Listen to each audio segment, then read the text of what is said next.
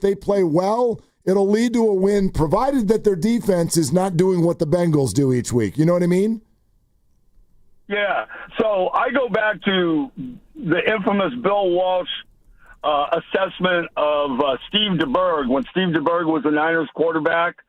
And he would always, in press conferences, when asked about DeBerg, he would say that DeBerg played just well enough to get us beat. And I was listening to some of the names he threw out. For example, like a Geno Smith. Is he more of a guy that's going to help your team win a game, or is he going to be a guy that more apt is going to play well enough, but at the end of the game, he's going to mishandle a snap, throw an ill-advised pick, or just make a play that would fall into that category of being a losing type play? Yeah, probably that second one more often than not, but, not a bad player. Hey, pair of tickets to Saturday, August 15th, Rays Giants at Oracle Park. If you'd like to win, all fans can enjoy a City Connect concert featuring Saweetie following the game. Giving away 2 pairs today, 3 o'clock hour, 4 o'clock hour, courtesy of Levi's. For now, just keep listening. And remember, you can always buy tickets at fsfgiants.com. We're brought to you by Fremont Bank. Here for you, here for good. What's your rose? What's your thorn? For the Niners, 888-957-9570, Willard and Dibs. For all contest rules, go to 957thegame.com/rules. If you owe $10,000 or more in credit card debt, medical bills, or personal loans, help is here. As Americans continue to pile up astounding credit card debt levels with high interest rates to make ends meet, debt relief is being made available through National Debt Relief that could reduce a significant portion of what you owe if you qualify.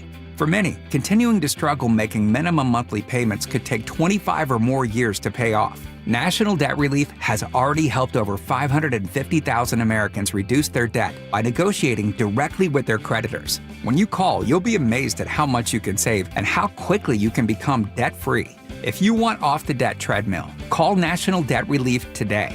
You don't need to declare bankruptcy, and you may qualify for significant debt relief. Call the Relief Hotline now to check what savings you may qualify for. Dial 800-476-3131. 800-476-3131. That's 800-476-3131.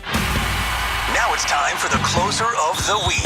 Presented by LiftMaster and R&S Doors. Turn your garage into the envy of the neighborhood. Visit rnsdoors.com. This week's closer comes from Monica from San Francisco. Excellent work by Alejandro and the rest of the guys. They did emergency repairs on our building garage door. They showed us how to manually open the door while we were waiting for parts on order. I highly recommend. Recently, my garage door opener was not working. I was in need of a closer. I was put in touch with R&S Doors, and they hooked me up with a brand new garage door opener from LiftMaster. With LiftMaster's MyQ connectivity, my garage door opener can be controlled right from my smartphone. You'll know when a door or gate has been left open and can close it with a tap, no matter where I am. Be one of the first 10 callers and receive 20% off a LiftMaster garage door opener. Call 1-800-FIX-A-DOOR. That's 800-FIX-A-DOOR. Or visit rsdoors.com. R&S Doors. Look for the red truck. A strong heart. A steady stride. A life full of milestones. El Camino Health is here for you. From advanced heart and vascular care that keeps you on beat, to expert orthopedic treatments that keep you moving, and innovative cancer care that fights alongside you. With expert care for women, men, and new moms. Supporting you through every chapter of your health, because every life we touch is built on trust and compassion.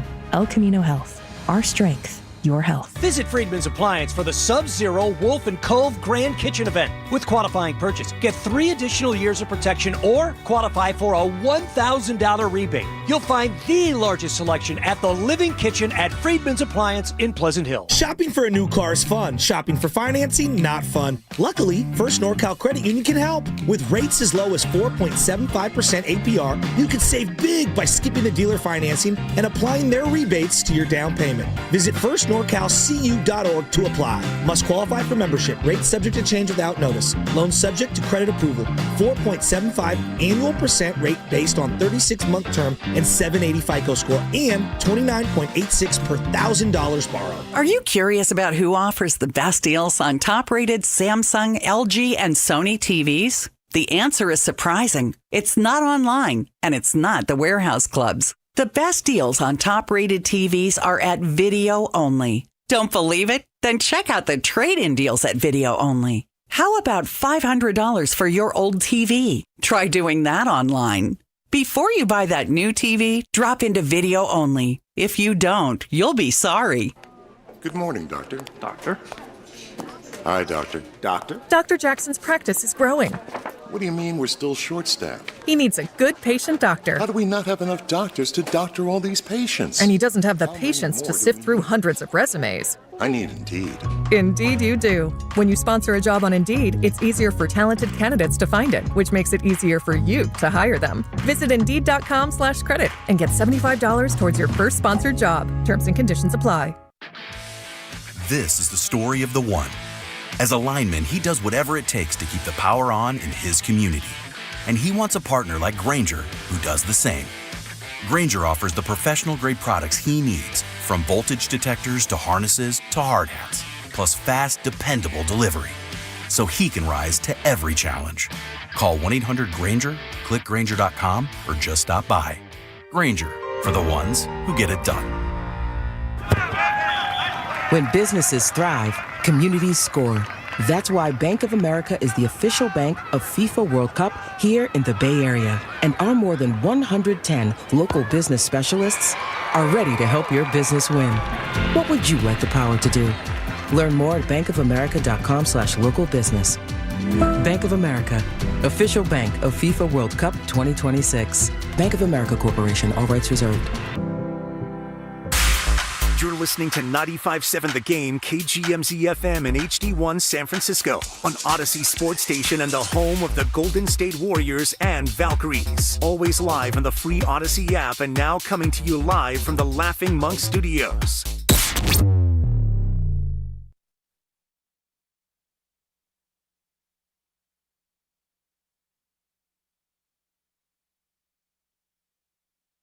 What are you asking exactly? I'm still confused by your question. Now, back to Will and Dibby on 95.7 The Game. Demo talked to Richard Sherman. We'll have that for you shortly within the next 15, 20 minutes or so. We're live from the Laughing Monk Studios. Laughing Monk, righteously brewed here in San Francisco. We love Laughing Monk. We can't wait to get there, hopefully later this month.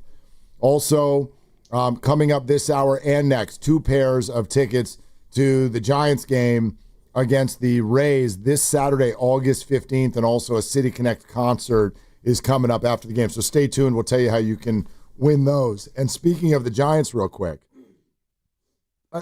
someone explain this to me maybe? Okay. So we got a roster move that just took place. Thank you. Yeah. And there it is, right? I need to get up the front. Tyler Fitzgerald has been recalled. Fitzy's back. Contain your excitement. Okay. But the person being sent out is Carson Wisenhunt. Yeah. Carson Wisenhunt? Carson Wisenhunt. Not Carson Seymour? Not He's already Carson been sent, Seymour. hasn't he? No, and not it's not like And Carson Ragsdale's long gone.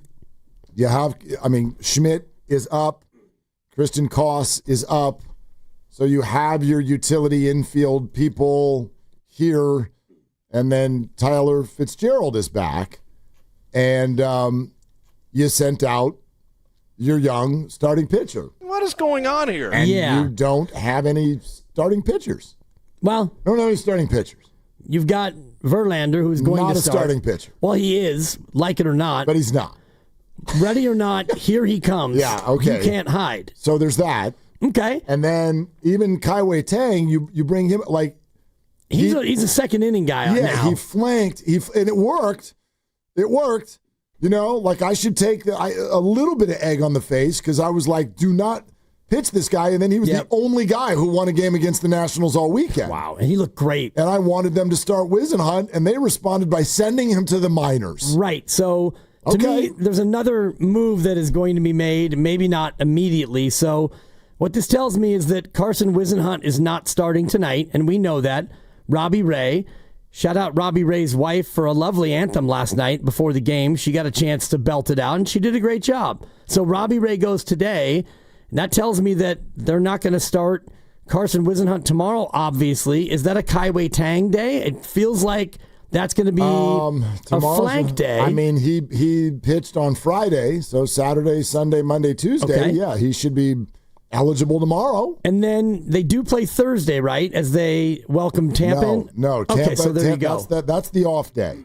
That's the off day over this 10-day stretch against Tampa and San Diego. So this is not that dramatic then? They've got a day game tomorrow, off day Thursday. And then Verlander. And then, Whisenhunt is listed as the starter. But yes, with the off day, you could skip. Because Verlander pitched Sunday, right? Yeah, but then you got to do something because there's no off day after that. It's 4 games in San Diego.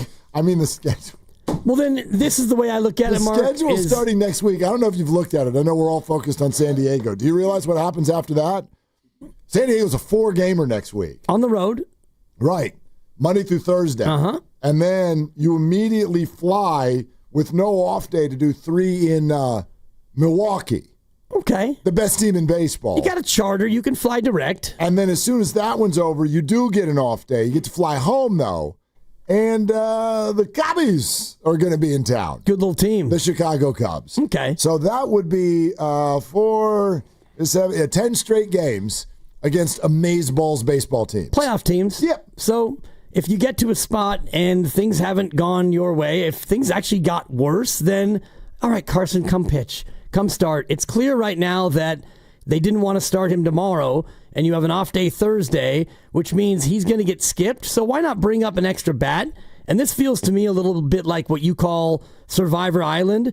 All right, Koss, Schmidt, and Fitz. You guys got about 6 days. One of you's getting sent. Well, Schmidt's when we need another arm. Schmidt's not going to. Okay, so maybe it's Koss or Fitz. I don't know. I don't know what it would be, but if you get to where you're going to need the Whisenhunt spot in the rotation, if you go 2 and 4 over the next 6, well, come on back, Carson. And if you actually go on a mini run, well, then you have a real decision to make. That's kind of the way I read it. I mean, it's not great, but if he's not going to pitch, wouldn't you rather have a high-powered bat up here? He said, expecting to have something really thrown at him. A high-powered bat. Just to throw this in there. Yes, Grandy. Now, I don't know if this explains it entirely because they think they still need arms even when Landon Roop comes back. But Roop made a rehab start on Sunday in Sacramento, and probably means he's going to be back up here shortly. Okay. But how long did he go? Starter, do you have that in front of you? Like his, did he get? He went 3 innings, gave up 2 runs, 3 hits, struck out 4. So probably like 50 pitches or something? I don't know. I can find pitch count. I mean, maybe the 5th starter might be for right now Gage as the opener, followed by Kaiwei Tang. Maybe that is your 5th starter. So how do you feel about them prioritizing that over Whisenhunt at the moment? Not great, except for maybe they feel prioritizing Whisenhunt is sending him down. Roop threw 50 pitches. Exactly. Yeah. Good job, Dibs. Look at that. Nice job. Thank you. Do you know what I mean by that, though? Like, maybe sending him down is prioritizing him. Maybe they're like, oh, so that's not ripe. No. So, like, 14 and a third, 8 earned, 5 home runs. That's a lot of He's home not runs. fooling a lot of people. No, all the Carsons give up a lot of homers. Right. All of the Carsons. They do. They give up a lot of homers. Carson's also given up 5 in 14 innings. Exactly. Seymour. Twins. Twin Carsons. By the way, speaking of that River Cats game on Sunday, when Roop started, did you see what happened in the 8th inning of that game? No. River Cats down 2-0, 2 on for Bryce Eldridge. And opposite field home run to take the lead. Taco. Dude, Bryce's OPS is 1 billion. Like the last, what is it? Just a week and a half. It's a short sort of a stint. But even on the year, it's probably north of 850, I would guess. Well, do you mean for AAA or do you mean the entire year? For Bryce? Yeah. Hasn't he only been in AAA? No. He got called up. Not terribly long ago. Oh, the stupid website where you get the minor league stats. OPS in SAC is 858. What about just in August? Oh, I don't have that. Yeah, I can get it, but this website is always really the website where I get it is always really. You got to go to Baseball Reference. No, I know, but there's game logs when you go to the MILB.com, but it's finicky. Like the website is kind of just like the players. Like, we're not ready yet to do it right every day, so we practice. So some days we'll give you the game logs, and then some days we're just not ready. So they're kind of like Carson Hunt's changeup. I don't like it. And today is one of those bad days. And now it works. See? Now it works. All right. So Bryce Eldridge, just in the month of August, the OPS is 1165. Not bad. 1165 with 5 home runs. It's only August 12th. What? Are you kidding me? Yeah, 5 home runs and an 1165 OPS this month. So in the last, almost couple weeks. And yet there's been repeated reluctance to bring him up and give him a shot. And I get it. Sure, yeah. But instead it's Tyler Fitzgerald, come on up, Fitzy. And I would hope that he comes up and he gets a start tonight. Where would you even put Eldridge if you brought him up? Unless you're just like, I don't care anymore. So like Dom Smith will just release you. I like Dom Smith. Sure. He's a baseball player. That's like a funky little find that the Giants got there. Great find. It smells of Farhan, but it's not. It was a complete Farhan move. It's like, Lamont Wade can't hit the high fastball anymore. Let's find a 9-year vet. Just sitting there. Got DFA'd. Boom, Dom Smith. It's like that guy, he gets hits. He's got a beautiful glove over at first. Seems like a jamming guy in the clubhouse. Yep. Came on with the morning show. Couldn't have been more fun. I'm like, keep that guy. Keep that guy. I mean, you can't now. Yeah, you can. And, do what? And do what? Play him at first. I mean, if he could play outfield again, he's played outfield, right? He's played outfield, yes. And I don't know that Bryce Eldridge is starting next year. He's only 20. I don't know that he's just going to be up and in the opening day lineup next year, Yeah. Super encouraging what's happening right now. The way the Giants organization always does it with those young guys is they want you to force your way from one level to the next. And if one level starts looking too easy, then they want to challenge you. And this is, I'll continue to say it, the one bright spot in what has been just a hellacious, disastrous season, in my opinion. The one bright spot is they are setting themselves up for a late August and September where, why not bring up Bryce Eldridge? Why wouldn't you? Do it. He's forcing his way. He's making AAA look easy. His August OPS is 1165.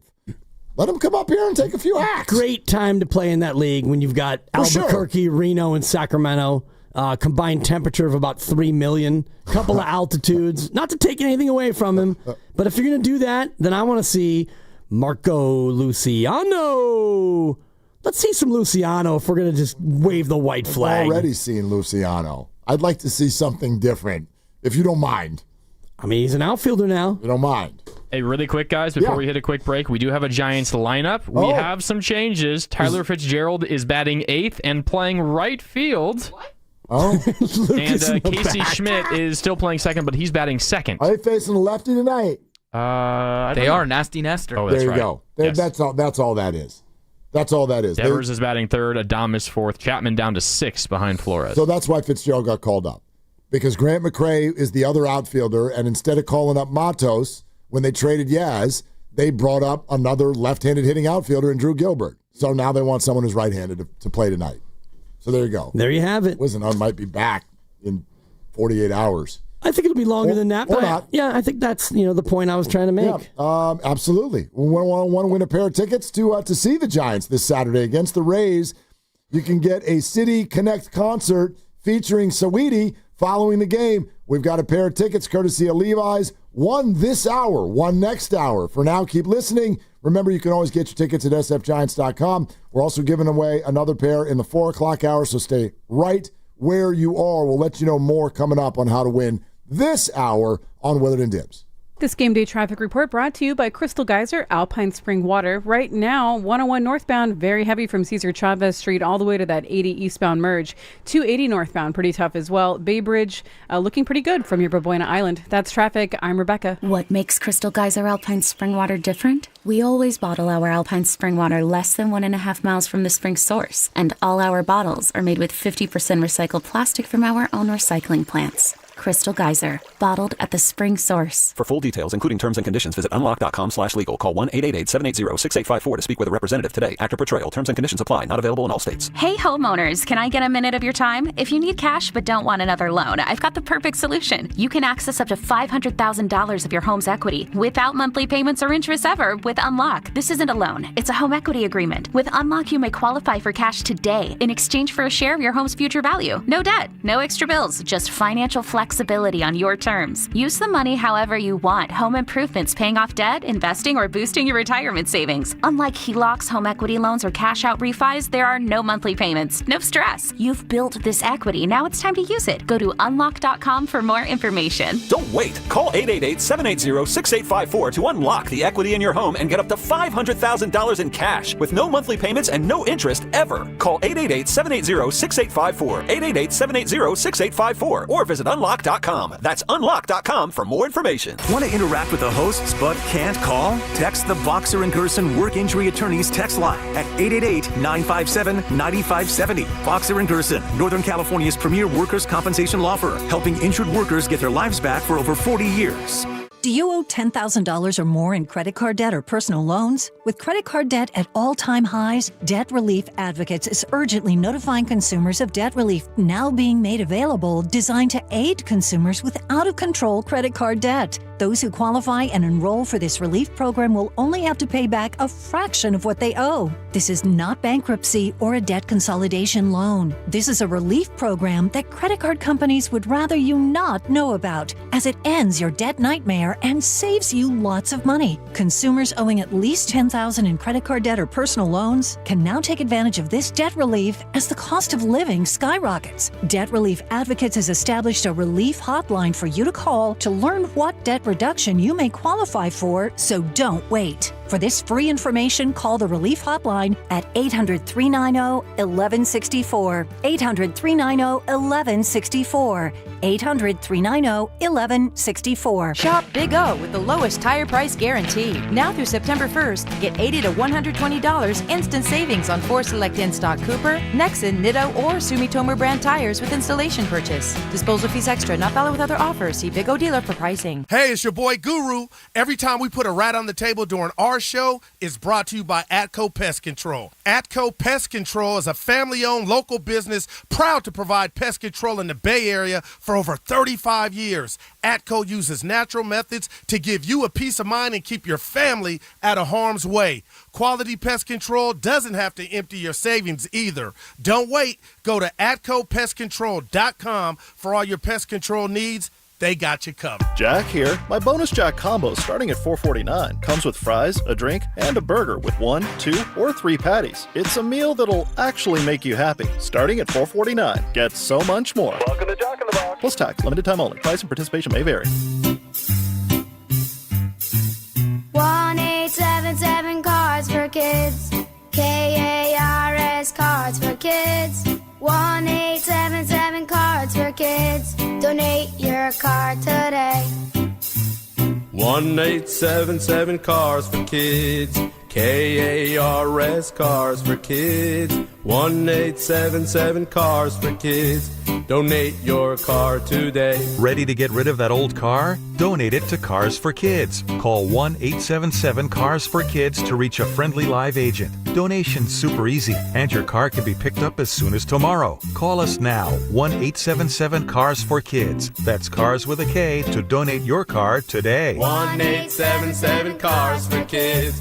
Donate your car today. Did you know you can donate real estate too? Go to carsforkids.org. That's carsforkids.org. Actual price will depend on product and subscription plan. Featured products are compounded drug products, which the FDA does not approve or verify for safety, effectiveness, or quality. Prescription products require an online consultation with a healthcare provider who will determine if appropriate. See website for details, restrictions, and important safety information. Want a boost in and out of the bedroom? Hims has you covered. Introducing a new 2-in-1 approach to level up your game. Tadalafil for better bedroom performance and zinc for testosterone support. Put it all together and you've got what you need to turn things all the way up. Getting started is simple. Just go to hims.com/joy to start your free online visit. Through Hims, you can access ED treatments including pills, chews, and more. 100% online. No office visits, no pharmacy lines. Just fill out a simple intake form and a licensed medical provider will determine if treatment's right for you. If prescribed, it ships free and discreetly to your door. Find affordable treatment options at up to 95% less than brand names at hims.com/joy. That's hims.com/joy, HIMS.com/JOY. You ever try fixing your car and realize you're missing that one part? Yeah, been there. That's why eBay's my go-to. They've got millions of parts, guaranteed to fit. I'm talking brake pads for when yours have seen one too many miles of stop and go. Oil filters, because you don't mess around with your engine care. Even got this cold air intake on my watch list. I might just go for it. To keep the ride cool and your DIY streak hot. Find all the parts you need at prices you'll love. Guaranteed to fit every time. eBay. Things. People. Love. Eligible items only. Exclusions apply.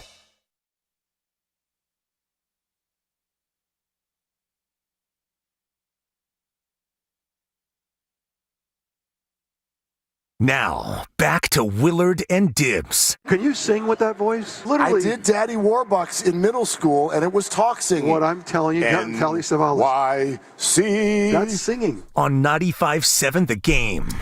Steve Young makes me smile. That's just one of those voices. It just makes me smile. I hope that Diamador Lenore becomes the same. I hope he's as good as he thinks he's going to be. We got a bunch of stuff cooking today, and included in all of that, we really do have some, let's get down to the nitty-gritty questions about the Giants. Alex Pavlovich, NBC Sports Bay Area, will join us after he talks to Bomel. It'll be at about 4:45. I do. I do. We have questions. I do. And so there's that. We're also giving tickets away to Saturday's game, both this hour and next. So make sure that you stay tuned for that. This one got your attention, though. This is from Sherm's podcast. Richard Sherman spent time, seemingly all week, by the way, at Niners camp. And he talked to Shanny, and he talked to Brock, and he talked to Kittle, and he talked to Diamador Lenore. I'm going to be the best corner in the league this year. I love it. You heard it here first on the Richard Sherman podcast, the best corner in the league, Diamador Lenore. The money didn't change me. I really come in and work and just prove my worth. I was just telling them that I'm ready for any challenge. If it's got to be 99 plays in man or if it got to be 99 in zone, I'm willing to back up anything that I put out there. Do you feel like DB and the other coaches have kind of leaned on you to be that voice in the room? I mean, all our examples has left. I got to show that leadership to show them how we set the standard here. Okay, there's Diamador Lenore. He is going to be the best corner in the league this year. This is how guys talk, especially receivers, DBs. This is kind of how it is. But I don't know. I got nothing against the bravado. Sure. And I'm interested to see how the 49ers deploy him. Yeah. Is he following WR1 or is he taking one side of the field? How do they plan on doing it? A lot of times that is a personal preference, and also what he said in that cut is, 99 plays a man, 99 plays a zone, doesn't matter. When you play zone, obviously you're just going to play a side, and if you play man, that's where it might be a time where he does want to travel and just match up against the best receiver. And I did a little bit of a dive, not a total deep dive, but just looking at Pro Football Focus and the receivers they're going to go against, he's going to go against, and how difficult will that task be?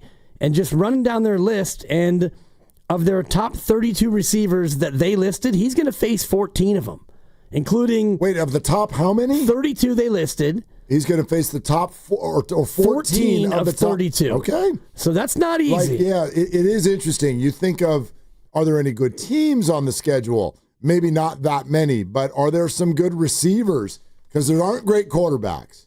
There's not great quarterbacks. We brought this up. 4 of their games are against quarterbacks who are in Sando's Tier 1 and Tier 2. Yep. And Matt Stafford is the Tier 1 guy, so you face him twice. And then there's Baker Mayfield and C.J. Stroud. That's right. Everybody else is Tier 3 or below. Yeah, you've got 6 games against Tier 4, and I wrote them down. It's Flacco, but I just put Flacco, Cleveland. Shador, someone. Richardson, Indianapolis, and Rattler, New Orleans. Those 3, no matter who they have, it's a Tier 4. Well, and they're facing the number 1 pick in the draft, who's not even eligible to be on the list anymore because he hasn't played yet, and that's Cam Ward for the Tennessee Titans. They'll be facing him as well. Yeah. And in theory. Yeah, I guess I didn't put down a Tennessee quarterback. I'm I have Daniel Jones in there as tier 4. Is he on Tennessee? I don't even know who he plays for. He's along with Anthony Richardson in Indianapolis. There you have it. Both, one of them is going to be the starter. My guess would be Daniel Jones. Yeah, and I don't to start, and then maybe by the time the Niners play him, it'll be different. But just looking at the receivers, you've got Puka Nacua and Nico Collins, who are tier 2, ranked number 5 and number 7 overall. They're on the schedule. You've got Mike Evans and Terry McLaurin. You've got London Neighbors and Thomas Jr. Those are all tier 3. McLaurin's not on the schedule this year. My bad. Yeah, we'll see where he ends up at Washington. But anyway, go ahead. My bad. No, you keep going. Devontae Adams you're going to face twice. Yep. He's number 16 overall. You've got Godwin, DJ Moore, Olave in tier 4, and then Harrison Jr., Smith and Jigba. And then Josh Downs at the bottom of the list. So, did you mention Brian Thomas? Yeah, he's at the bottom of tier 3, right ahead of Devontae Adams. Well, and the PFF thing is also based on last year, and I think we should try to take a moment here and do some projecting. Because, for example, Brian Thomas last year with Jacksonville was a rookie, and he was phenomenal. But I think he's going to be much better this year. Take Tampa. Godwin is always dealing with injury, but they've got... And you got to help me pronounce this. There's a rookie with Tampa who everybody is buzzing about. Emeka Egbuka? Yeah, that's right. Okay, I got it. You worked your way through it. I did. Ohio State wide receiver. Ohio State. Anyway, he's phenomenal, supposedly. Having a really good camp. We'll believe it when we see it. But they're excited about him. You can't guard all these guys, Demo. So Tampa's got a core. You mentioned Puka and Devontae Adams. Can't guard them both. Right. You're going to have to pick one of those guys. Jackson Smith and Jigba. You'll face Marvin Harrison Jr. twice. Drake London in Atlanta is on your schedule. Malik Neighbors, Nico Collins. Even go to Carolina. There's a lot of buzz about Tet McMillan there. We go to Cleveland. I don't even know who the quarterback is. I don't even really know who's going to step forward as their, top receiver. Jerry Jeudy was good last year. What have you. Calvin Ridley in Tennessee. Chicago's receiving core is interesting. The bottom line is this. His assignment is probably harder than the 49ers' assignment. Agreed. Is, I guess, the way I would say it. Yeah, because the receivers that he will have to go up against, assuming he lines up on their side or they man match and he follows them across, it's going to be more difficult than, for example, what the overall defense is going to have to contend with when you look at the quarterbacks. And even if it's Penix, who's tier 4, or Kirk Cousins, who's at the bottom of tier 3 in Atlanta, and all those other teams that are unsettled and replete with tier 4 guys, overall the defense is not going to face that much of a daunting opposition in quarterback. There's no Allen, no Jackson, no Burrow, no Mahomes. So for your top 5, or the top 4, according to Mike Sando and The Athletic and his quarterback tiers, you're not going to have to worry about him. Right. Well, what I really like with Robert Saleh, this is the way I'd say it, because I think you saw it in the first quarter in the preseason game against Denver.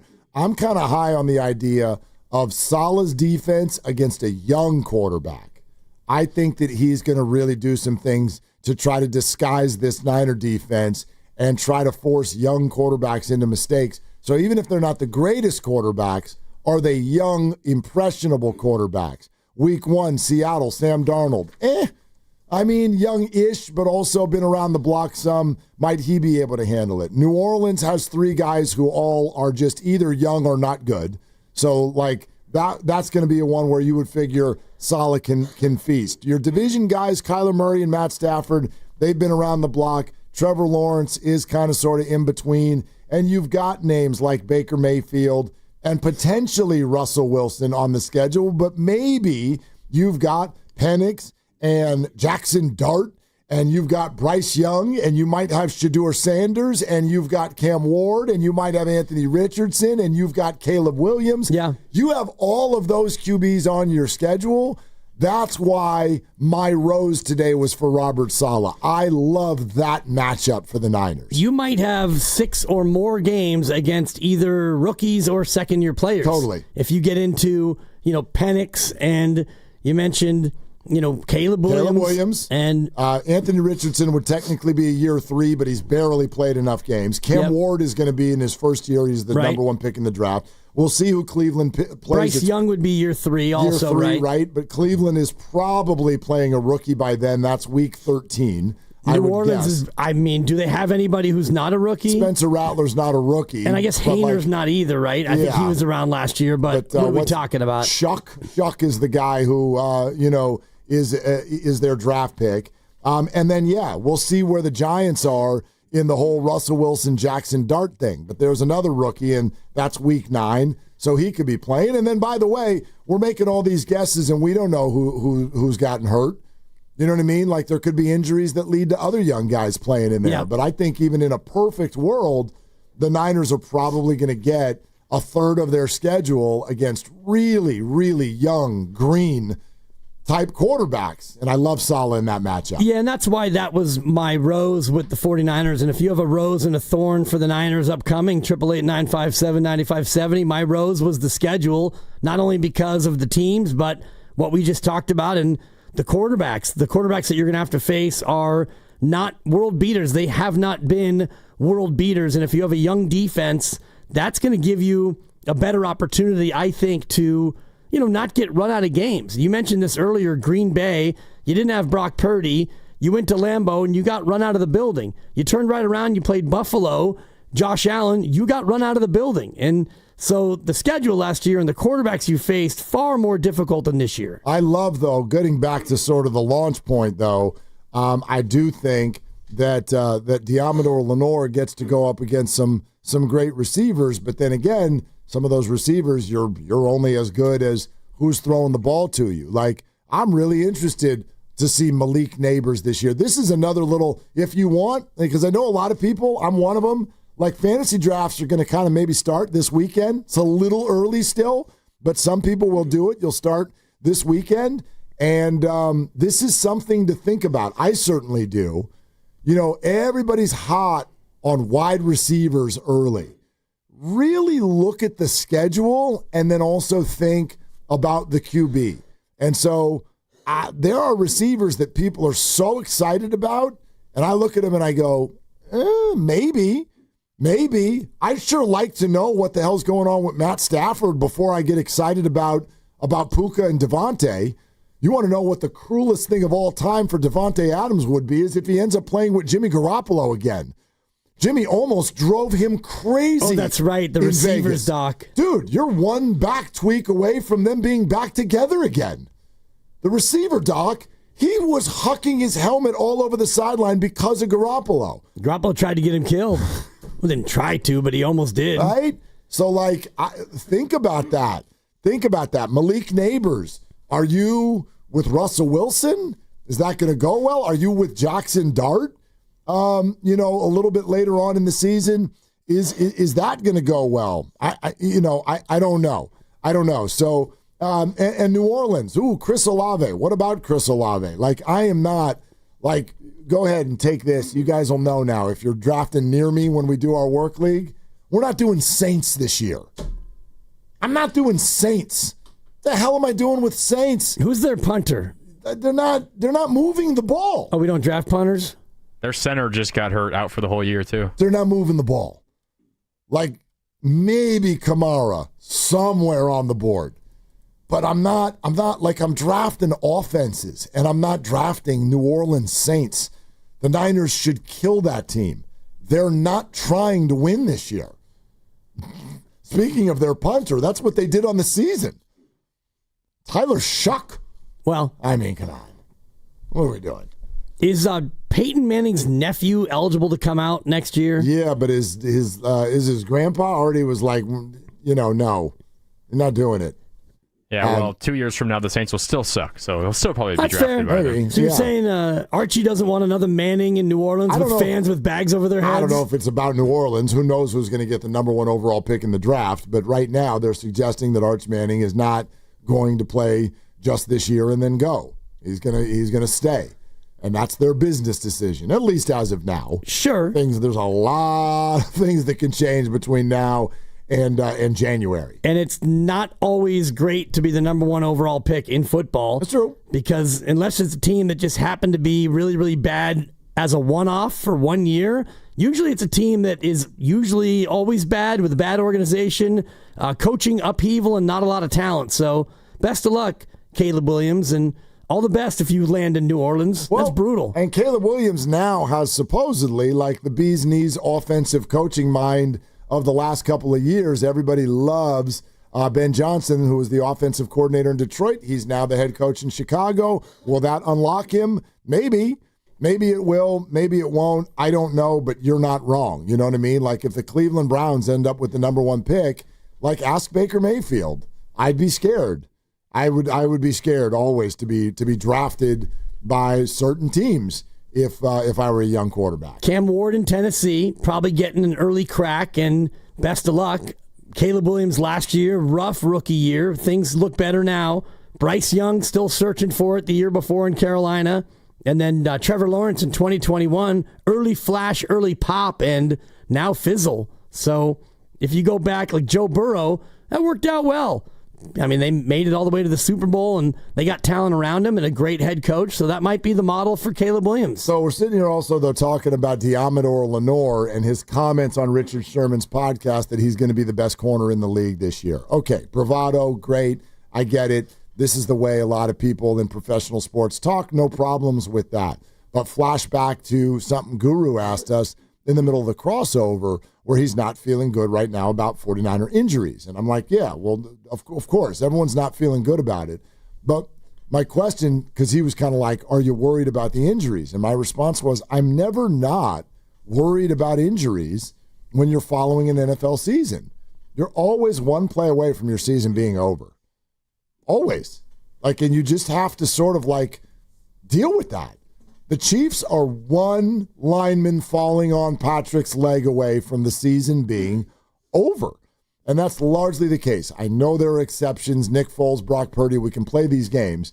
Jeff Hostetler, but it's very, very rare that stuff like that happens. So I always worry about it. And Lenore is a great example of another player who I almost view not quite quarterback level, but what do the Niners do if that guy is at some point not available this year? What do they do at the cornerback position? Sure, there's Renardo Green. They're apparently digging Upton Stout, who has not played in the NFL as of yet. There are other players that you can turn and burn and depth there and whatnot, but oof, that's one guy that's on my A list for the Niners this year of please don't get hurt long term. Diamador Lenore. No doubt. And, you know, we had him on our show when we were down at Laughing Monk. He called in and he reminded us that he's never given up a touchdown in the NFL so far in his young career. He's got a clean record as far as I can remember the interview and him saying that. And, they should have me circled. Yeah.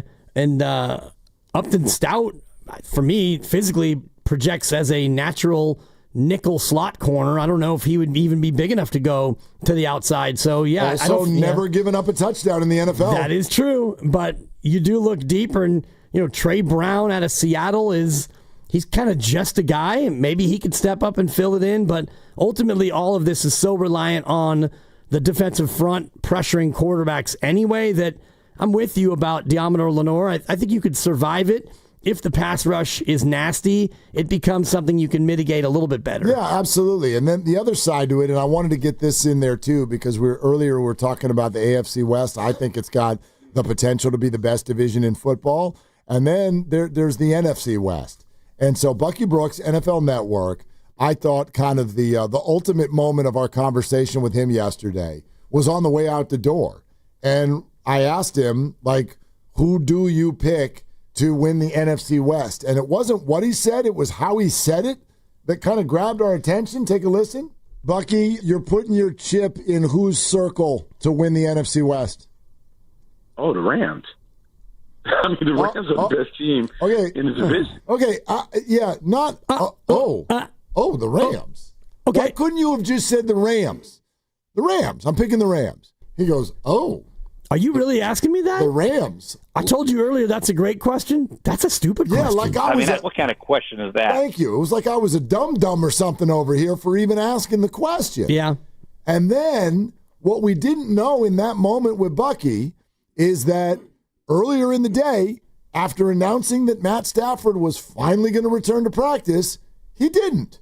And excuse me if I don't want to grab a Sharpie and write it down in ink just because Steiny spoke to someone in L.A. who apparently thinks Matt's fine. I think Matt Stafford's August sounds a lot like Christian McCaffrey's last August, and so I don't know. And this is an absolute burner of an issue for the San Francisco 49ers. Do you know what it would mean? Jimmy. Well, there's that.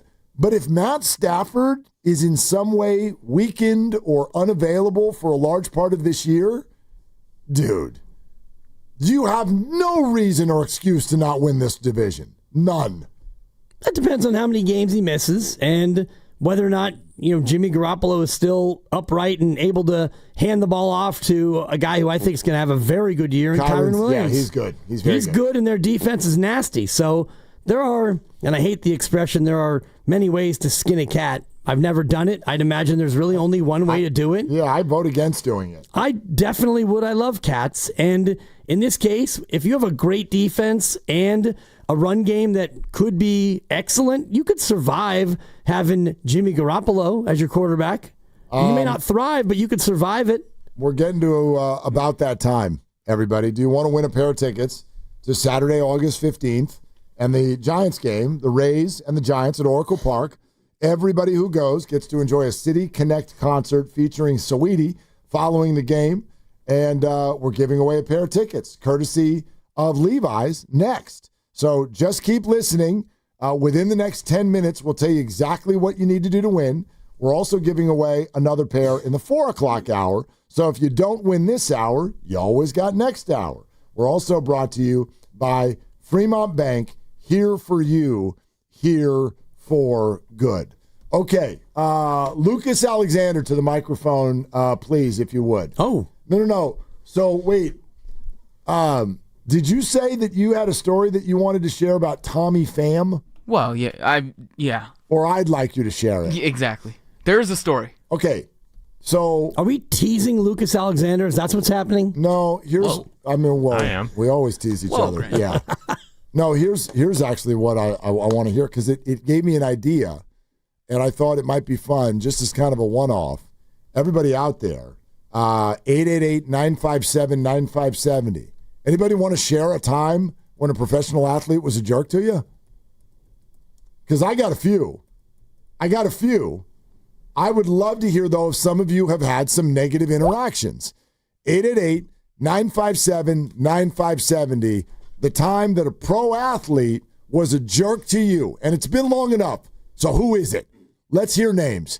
888-957-9570. That is the number. The tickets are right around the corner. This is Willard Dibs. And Dan Dibley over here. As I ponder that eternal question, I'm happy to talk about something that never disappointed me, and that's Fremont Bank, which is my institution for my finances, and it has been going on 7 years. I committed to Fremont Bank knowing that they were going to commit to me, and they have. They care about my financial goals, and that matters to me because I have a good local bank that is understanding about what my goals are and here to help me achieve them. They've been doing it since 1964. When they built the bank, they wanted to create a local ecosystem that is built on relationships that benefit Bay Area communities, and they're an independent institution. They went from one bank, one branch, out to 21, scattered throughout the Bay Area, and having been into many of them, I know that I can tell you that it is a full-service bank with no compromises and great customer service. If you're looking for the personal touch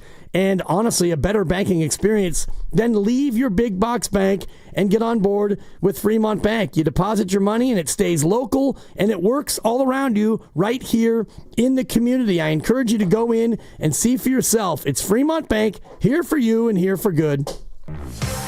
If you have back-to-school shopping to do, then you should make Macy's your first stop, because Macy's has back-to-school styles from brands like Nike and Jordan, must-have denim from Levi's and Good American, and now Macy's has Abercrombie Kids too. It's all in one place, all at great prices. And here's another reason to come in. If you're already at Macy's and you saved so much, you could stop by the fragrance counter and pick up something for yourself too. The best back-to-school styles are here now at Macy's. Well, we did it, y'all. We finally got the McDonald's snack wrap back on the menu. We broke the internet with our pleas, and now this iconic snack has returned for just $2.99. No, you're not imagining this. I'll repeat, the snack wrap is back at McDonald's for $2.99. Enjoy the taste of victory while you sink your teeth in the crispy chicken wrapped in a soft tortilla, because you deserve it. We fought. McDonald's listened. Now, it's our move. Ba-da-ba-ba-ba. Prices and participation may vary. Cannot be combined with any other offer or combo meal. Visit Friedman's Appliance in Pleasant Hill and receive up to 2 free eligible Monogram appliances or generous credits towards the appliances of your choice. Explore the full line of Monogram appliances beautifully displayed in live working vignettes at Friedman's Appliance in Pleasant Hill or at friedmansappliance.com. Bay Area, you know there's nothing better than watching a game with a cold, righteously brewed beer in hand. That's why I always roll with Laughing Monk Brewing. Okay, yeah, I mean, the beer is fire. Why are you talking like that? With locations in San Francisco, Sunnyvale, Scotts Valley, you can always count on top-notch craft beer, next-level food, and the best game day atmosphere in the Bay. Hold up, bro. Like, are you doing a commercial right now? Glad you asked, Shasky, because you can find Laughing Monk at the best bars and restaurants in the Bay, or pick up a 4-pack at many fine retailers like Whole Foods, Gus's, and New Leaf Markets. Dude, just pass the wings! This Labor Day weekend, we're celebrating Bob's Discount Furniture's 200th store milestone with the entire Bob's family across the country. For more than 30 years, we've believed everyone deserves the home they love. That's why we brought our everyday low prices on furniture, mattresses, and more to over 200 locations from coast to coast and counting. Not to mention free treats for the whole family in our cafes. Celebrate Bob's Discount Furniture's 200 store milestone this Labor Day weekend. Oh, my Bob!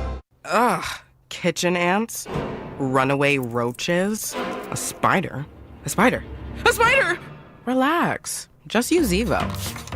Zevo insect killer sprays use a powerful blend of mint and rosemary to eliminate those pests and up to 20 other bug types. Plus, Zevo is safe for use around people and pets when used as directed. Just spray the bugs and wipe them away. Zevo, people friendly, bug deadly. Doors and loading dock equipment are a crucial part of your business, and one you probably don't think much about until they break. A broken door or dock leveler can be a real security threat, along with disturbing the flow of goods in your business. Luckily, RNS is here for all your commercial door, dock, and gate needs. From overhead doors and security shutters to fire-rated and personnel doors, RNS can provide your business with safety and security. Call 800-FIX-A-DOOR to schedule a free estimate or visit rsdoors.com. RNS Doors. Look for the red truck. I'm Jauan Robinson, host of the new podcast, The Women's Hoop Show. Each episode, I'll be joined by a rotating group of women's basketball experts to talk WNBA, college hoops, the new Unrivaled League, and the shifting landscape of the sport. The game is growing, and so are we. Listen to and follow The Women's Hoop Show and Odyssey podcast, available now for free on the Odyssey app or wherever you get your podcasts. My perfect day has sand, salt water, and friends. But my moderate to severe plaque psoriasis can take me out of the moment. Now I'm all in with clearer skin thanks to Skyrizi. Risankizumab Riza, a prescription-only 150 milligram injection for adults who are candidates for systemic or phototherapy. With Skyrizi, most people saw 90% clearer skin, and many were even 100% plaque-free at 4 months. Skyrizi is just 4 doses a year after 2 starter doses. Don't use if allergic to Skyrizi. Serious allergic reactions, increased infections, or lower ability to fight them may occur. Before treatment, get checked for infections and tuberculosis. Tell your doctor about any flu-like symptoms or vaccines. Thanks to Skyrizi, there's nothing on my skin, and that means everything. Ask your doctor about Skyrizi, the #1 dermatologist-prescribed biologic in psoriasis. Visit Skyrizi.com or call 1-866-SKYRIZI to learn more.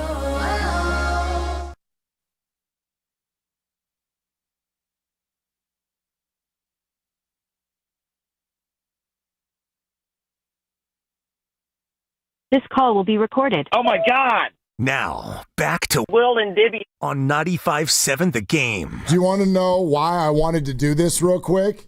I'm a little curious because, we don't normally bring on Lucas and kind of browbeat him into telling a story like you did, but I'm sure you have your reasons. I'm looking at an article in The Athletic right now. Want me to just read you the headline? Sure. Lawsuit accuses Shohei Ohtani and his agent of interfering with a $240 million Hawaii development. Go Dodgers. Cliff's notes, basically, you had some developers bringing Ohtani to be the face of kind of the marketing arm of this whole project. Right in the face. In the face.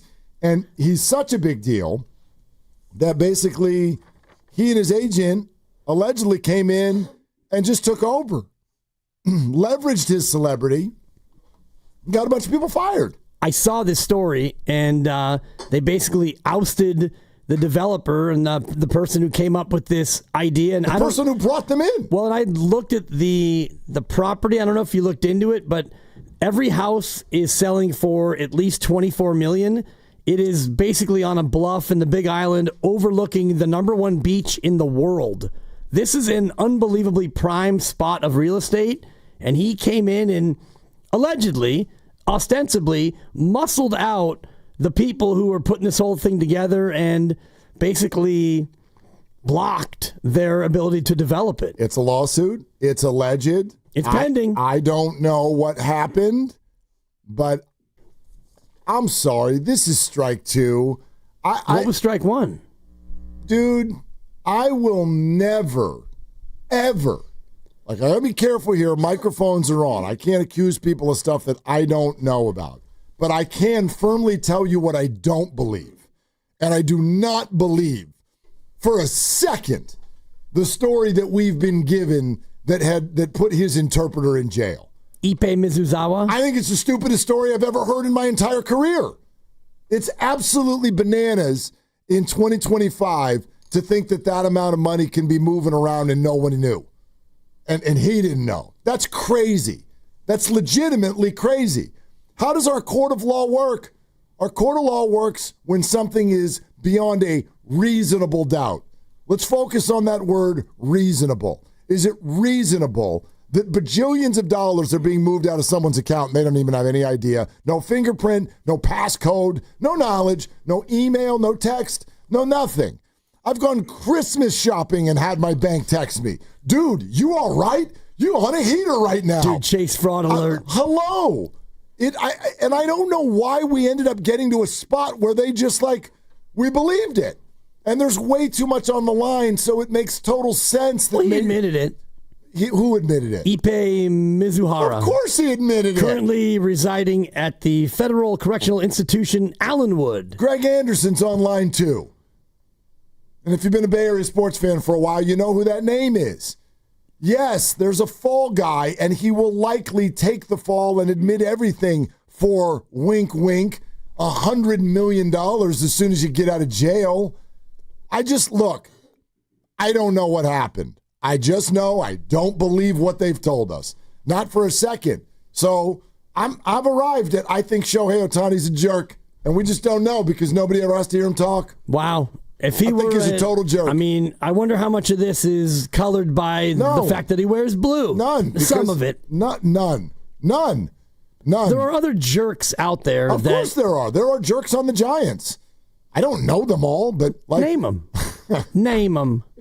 Actually, don't even know. Name them. I haven't gotten to know this year's roster all that well, but sure, there have been things through the years where you're just that wasn't the most fun interaction, and that doesn't make someone an awful person or anything like that.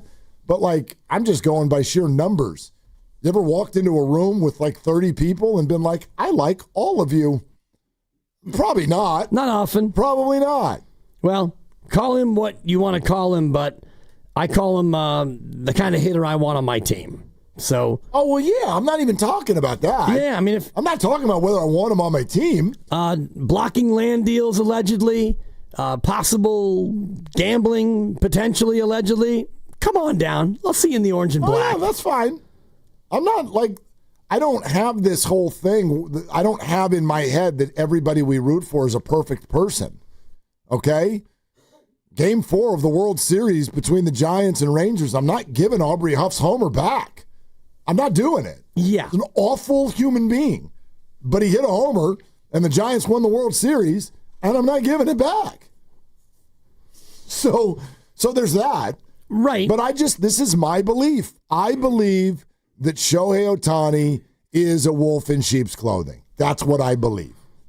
And that's what I believe. And it doesn't just go based on reading articles of these two stories. There are conversations I've had. Sources, you and Steiny? I mean, you and Steiny in L.A. with your sources? There are conversations I've had. Yeah, fair enough. That's all. I've never met the man. I read through the full story today from the Associated Press. And wow, if these allegations are true and it comes to light via a court case or a trial, I would imagine as this goes down the road, it will be settled out of court for probably 9 figures. He's got the money if he in fact is guilty. Yeah. You know. All right, so a bunch of you have called in with when a professional sports figure has been a jerk to you. I want to hear about Lucas and Tommy Pham, because isn't Tommy Pham the one who straight slapped Jock Peterson in the outfield? That's exactly who it is. And I love Tommy Pham. When you watch Tommy Pham play, like some people, when they just are on the TV screen, you're like, ooh, that guy's a jerk. Like you can just see it with Tommy Pham. But let's hear from some of our callers first. And then the Giants tickets are moments away.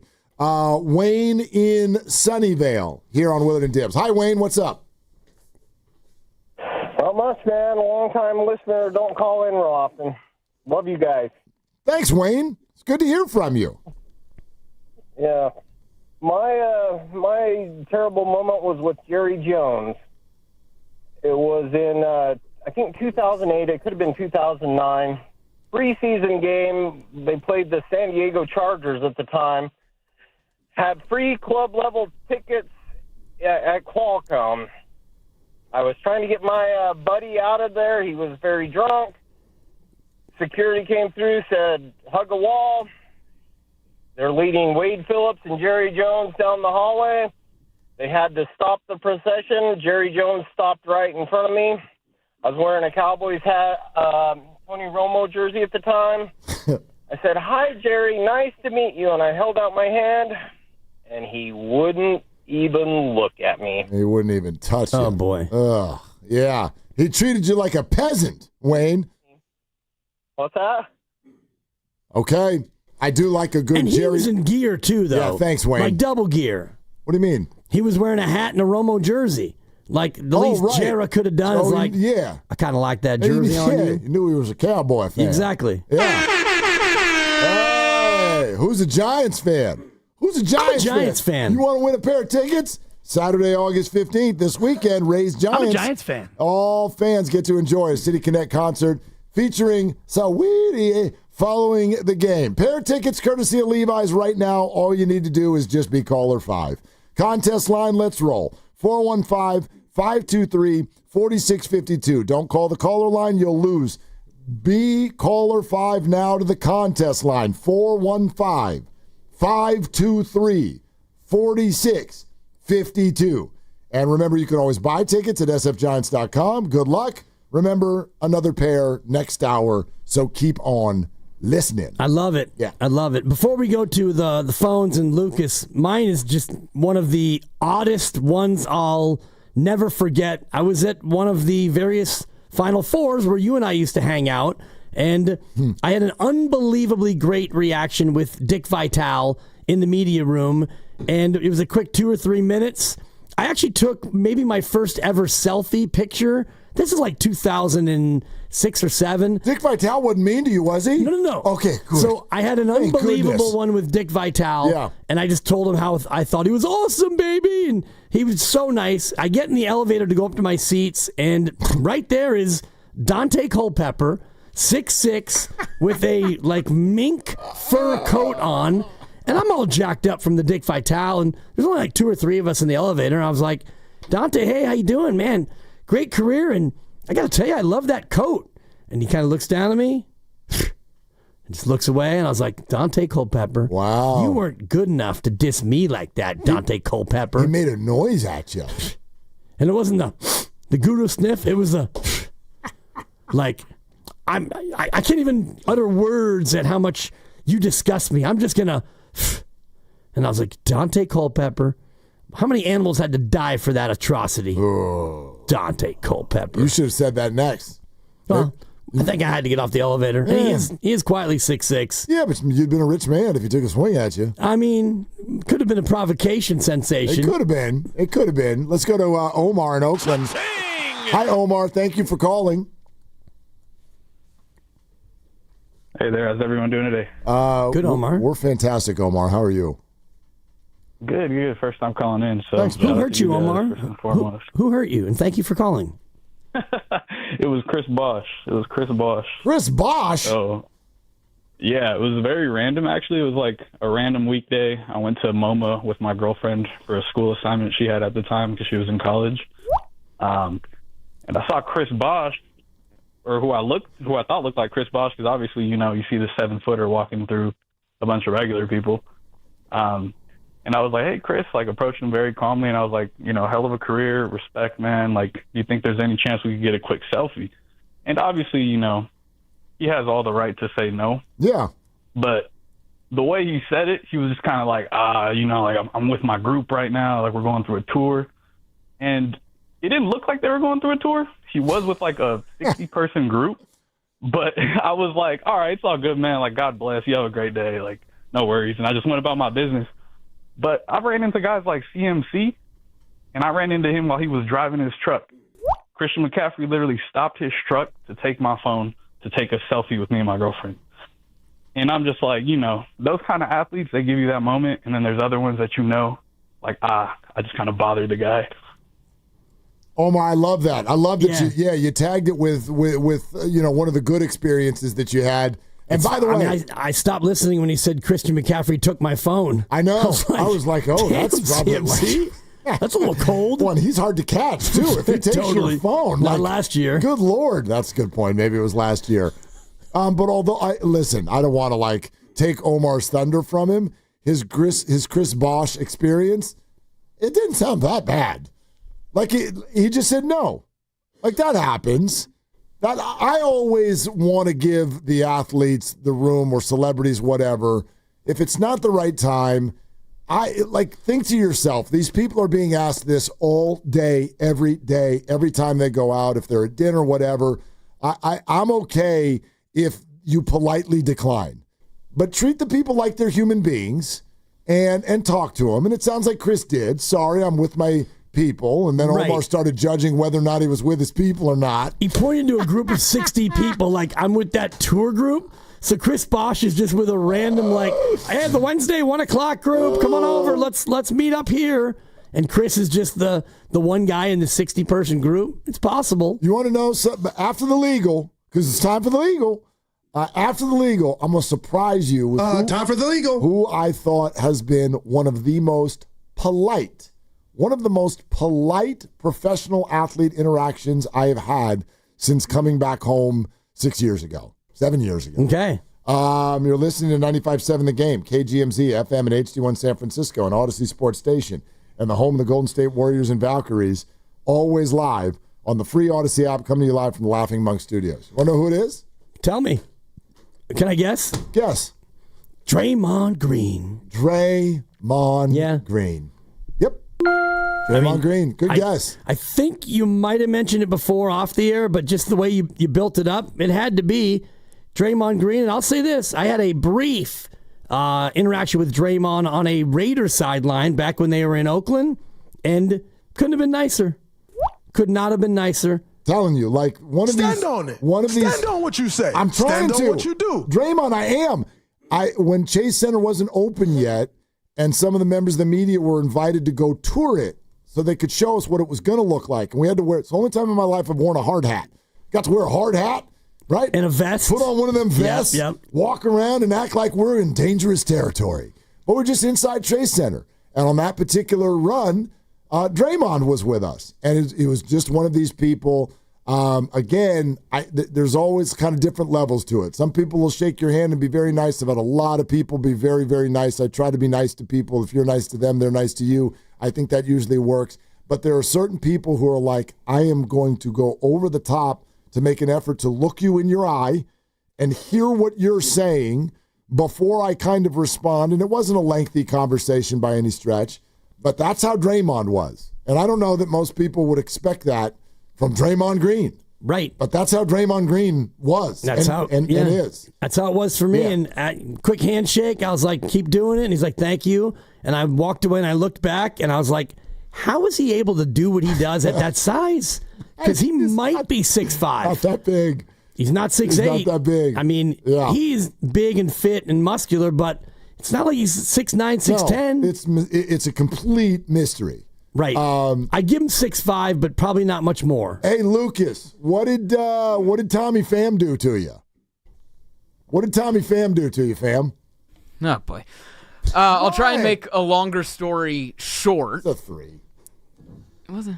Yes, go ahead. Go ahead. Dibs teased the story perfectly because it had to do with that slap heard around the world with Jock Peterson. Oh. This was 2 or 3 years ago. It had just happened. Get the bloop ready, Grandy. I was hosting the afternoon show with my good friend Ray Ratto, filling in on the afternoon, and I knew that I had really good seats that night. The Reds were in town. Tommy Pham, he's played for a million teams, but at that time he was a Red, and he was in town, and he was coming to that game. I knew I had amazing seats, the best seats I've ever sat in for any game ever. They're the ones, I think it's the Audi Club, like right, your head is level with the dirt. Keep going, man. As long as we keep getting drips, I'm happy. Go ahead. I was like 10 feet from the visitors on deck circle. Okay. Right? So you can picture where that is. And I knew that Tommy Pham was going to be in town, and I'm hosting the afternoon show, so I'm on the air brainstorming. What should I ask? What would be a fun way to just get him to respond, have some fun? And I'm like, you guys know me. I'm not a jerk. I just, want to have some interaction. Right. Yeah. You missed a drip there, Grandy, by the way. Not a jerk, right? No, when you were like, and I'm hosting the afternoon show. Yeah, Like, second sure. Yeah. Did you hear that? Yes. Have you guys ever done that, by the way, hosting the afternoon? It's pretty fun. I'm working towards it. American dream. Yeah. Cool. So I was just brainstorming in my head what I was going to ask him, and what I landed on, right? I was going to ask him something that let him know I knew he was a jerk because he slapped Jock Peterson over fantasy football. And this was around July-ish, so people are starting to get in the mindset of fantasy football. My draft coming up soon enough, starting to think about where are we going to draft certain players, all this stuff. And so I think he was second up. It was top of the first. I got there plenty of time, made sure I was there for his first at-bat. He's batting second, comes out onto the on-deck circle. And so very close. You can hear anything anybody's saying right there. You missed a drop. That was close, Grandy. Very close. Thank you. So where I landed was, Jock Tommy, what are you thinking at the top of the draft? Christian McCaffrey, he's injured right now. If you had the number 1 overall pick, who's the top of your draft board? Dude, that's a lengthy heckle. You got all that out? Oh, yeah. Okay. What's he doing? I mean, in the on-deck circle, yeah. Maybe late arriving crowd, too. I'm sure. Yeah. In my head, that was the question. Maybe I was like, Tommy, who's the number 1 overall pick in fantasy this year? That's probably how it sounded. Okay. And he turns around, he looks, tries to find who said that. Who said that Who to me? said that to who dared voice that to me? And he finds me, we make eye contact, and he goes, "Man, you ugly as..."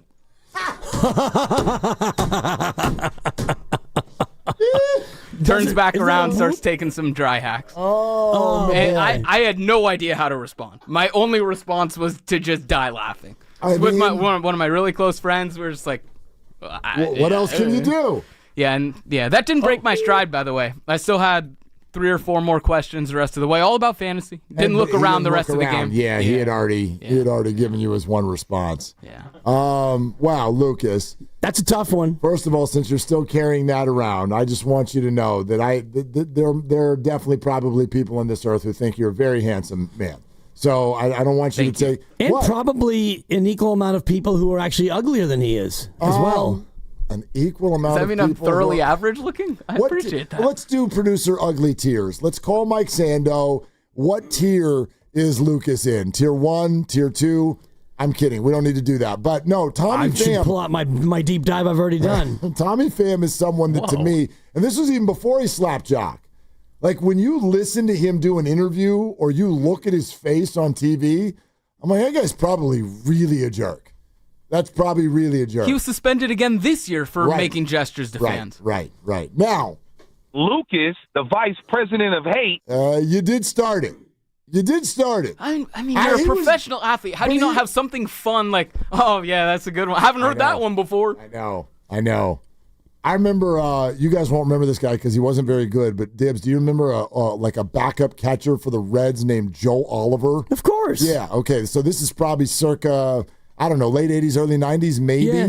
You had me thinking of Ron Oster. Yeah. I'm not saying Chris Sabo. All of them dudes. Yeah. Right. Tom Browning on the Reds. I'm out in the Candlestick bleachers, with my $6 tickets or whatever, and Oliver's out in left field warming up before the game. And somebody just tried to heckle him because they were announcing the starting lineup and everybody's stats are up on the board. And they're just like, Oliver, you're hitting 160, dude. Like, how the hell are you not getting more? I mean, he's just in him, killing him for his batting average. And Oliver just he took it for a little while and he kept playing catch. And then he finally looked up at the guy and looked at him. He goes, yeah, I'm getting paid, though. And just kept playing catch. And now we're a little bit more cynical and ready for stuff like that. Back then, that was the crowd was like, oh. It was an inappropriate response. They didn't like it, but he was, and he did, and he said it. So yeah, he made $8.7 million over about 14-year career. Yeah, well, back then, a lot of money. In his first year with the Reds, he made $68,000. Oh, 1989. Okay, so that is akin to Kisner, who's probably making a clean $800,000 for being the same as Joe Oliver. No doubt. Real quick, a lot of people want to weigh in, and we're going to get to a bunch of you, but somebody wanted to call in about Draymond. Omar in Oakland. Hey, Omar, what you got on Draymond? I'm the real Omar, first of all. Okay. I've been calling you out for years. I don't know who that other Omar was, but I got two stories, man. There's multiple Omars in this world. Real quick, Omar, because we're up against it. What do you got? 2019, Warriors were still practicing in downtown Oakland, and I was going to this place called Specialties Cafe. They closed down on Clay Street, made good food, good smoothies, everything. I see Draymond. He was getting inside of his Porsche, and I clearly rolled a window down. I was like, what's up, Draymond?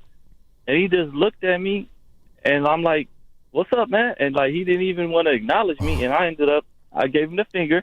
Oh, it is what it is. But I want to bring this up. 3 years before that, or 4 years before that, it was 2015, I was in San Francisco, and I seen Kevin Durant. Kevin Durant was still on OKC, and it was me and my cousin just walking around by the Four Seasons on Market, and I was like, Kevin Durant, could we get a picture? He's like, I got you, man, when I come back. He went to the GameStop, crossed the street, and honored his word and took a picture of us. So Kevin Durant was really a better person to me than Draymond, but you won't hear that in the media. Omar, it actually doesn't surprise me at all. I think we do, and thank you, Omar. I think we've heard through the years tons of stuff about Durant.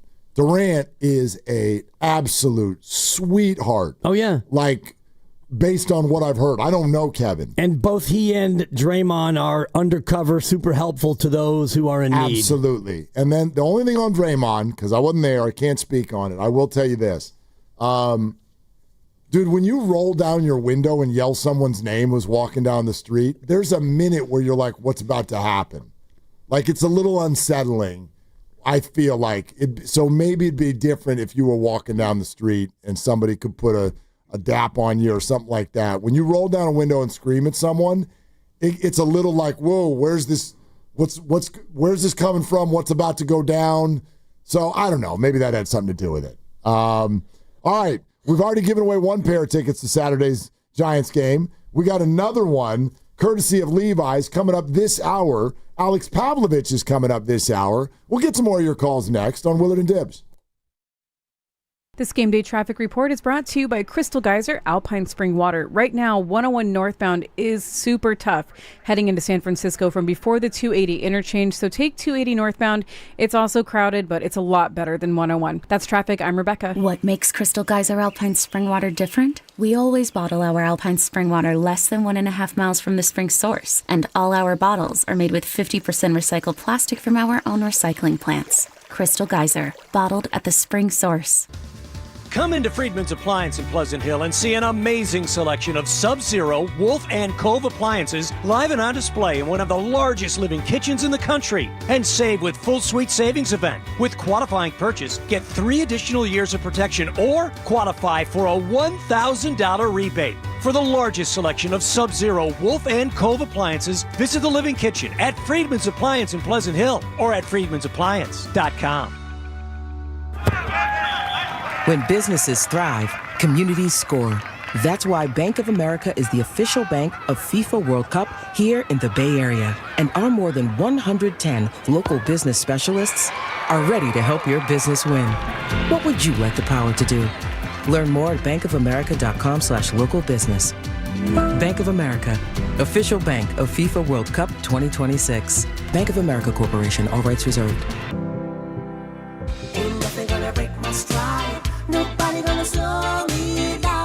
Don't let pneumococcal pneumonia break your stride. If you're 50 or older, you're at increased risk. So be proactive with Capvaxive pneumococcal 21-valent conjugate vaccine to help protect against invasive pneumococcal disease and pneumonia caused by certain types of pneumococcal bacteria. Capvaxive helps protect against the strains of bacteria that cause about 30% more IPD cases than any other pneumococcal conjugate vaccine in adults over 50, according to national-level CDC stats. Regional variations may exist. Don't get Capvaxive if you're allergic to the vaccine or its ingredients. Tell your doctor if you have a weakened immune system. Common side effects include injection site reactions, feeling tired, headache, muscle aches, and fever. Capvaxive does not protect against all strains. For more information, call 1-800-927-8888 or visit capvaxive.com. Ask your doctor or pharmacist about Capvaxive. Need help paying for your Merck vaccine? Visit merckhelps.com. Sponsored by Merck. Welcome to Dugout Radio, the undisputed home of Boomtown Baseball. The Wi-Fi is booming with Xfinity, baby. Our next caller is Stacy. How do you stay locked in on every pitch and play? We stream it all live on Xfinity Internet with low lag, 99.99% network reliability, and speeds faster than a base runner beating the throw to home plate. I stream on my TV, tablets, even my smart fridge. Smart fridge? With all those games, we gotta refuel. Stream live baseball with Wi-Fi built for the biggest moments. Xfinity. Restrictions apply. Actual speeds vary, not guaranteed. There's a party at your house, but some are uninvited. Yeah, it's bugs. You've got ants, spiders, maybe a mouse or two. It's a full-blown shindig. But don't let these party crashers ruin your good time. Visit atgopestcontrol.com and let them show those pests the door permanently. Because when the only guests you want are your friends, leave the pests to them. Visit their website today, atcopestcontrol.com, before your house becomes a full-blown infestation. Call 888-900-9697 now for 10% off your initial service. Hi, it's Bonte reporting for River Islands in Lathrop. If you're wondering how River Islands became the most successful lifestyle community in Northern California, let's look at it by the numbers. 15 neighborhoods are now being offered in a wide range of home sizes and prices, from the low 600,000s to over $1 million. There are 7 new lakeside neighborhoods with docks for fishing, kayaking, and paddleboarding. A dozen parks, playing fields, and playgrounds are already open. And do not forget about Islanders Field, the best place to catch Travel League High School baseball play. For 55-plus active adults, Del Webb has its own master plan within the master plan with its own private clubhouse. Construction of the first town center has begun with plans for shopping, healthcare, entertainment, and restaurants. River Islands High School and 3 K through 8th grade charter schools are starting their fall term this month. With so much to see and do, isn't it time for you to discover the islands? RiverIslands.com. There's nothing like when you get that part from eBay and it just fits. Yeah, the first time. So you can do less of this and get right back to more of this. At eBay, you'll find all the parts you need, guaranteed to fit, at prices you'll love. Sounds good, doesn't it? eBay, things people love. Eligible items only. Exclusions apply.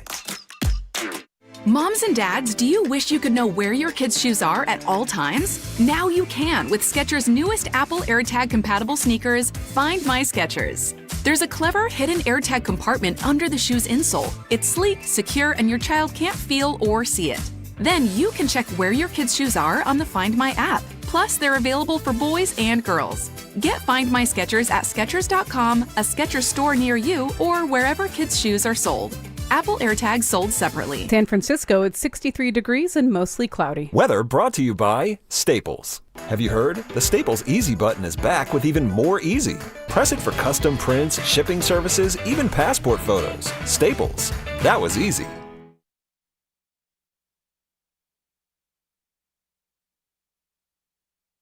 And I clearly rolled the window down. I was like, "What's up, Draymond?" And he just looked at me, and I'm like, "What's up, man?" And like, he didn't even want to acknowledge me, and I gave him the finger. Stand on it. Stand on what you say. Stand on what you do. Now, back to Willard and Dibs on 95.7 The Game. I love that. I said hi. He didn't say hi back. I did then give him the finger. I gave him the finger. And wow, dude, a little hot. It's a little hot, Omar. You know what that is, right? It's an escalation sensation. That's a good one. That one got by me. It was a reach, and I mean, he went from it was a 1 or a 2 back and forth. He went straight to an 8. I mean, he didn't throw something and act out too violently, but going to the middle finger as a man who is quick to go to a digit while driving. Less and less now, but I've been known to throw it up. Good. And by the way, don't ever do it to Draymond Green. Like, if there's a short list of things I can promise you I'm never going to do in life, it's flip off Draymond Green.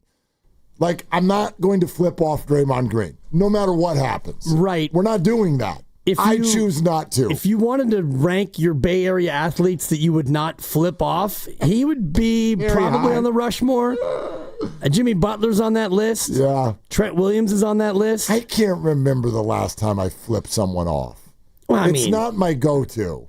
It's not my go-to either. It's kind of your go-to. It's not my go-to. It used to be. Well, less and less now. You just said, less and less. Well, I mean, yeah, it's not my go-to. Like, and usually it depends on, it's almost like football, down and distance. For me, it depends more on situation and when I'm driving the vehicle of the driver who has just cut me off. Today I was cut off in the East Bay by somebody in a white Prius. Okay. You get in the horn. Well, a little dap on the horn is fine.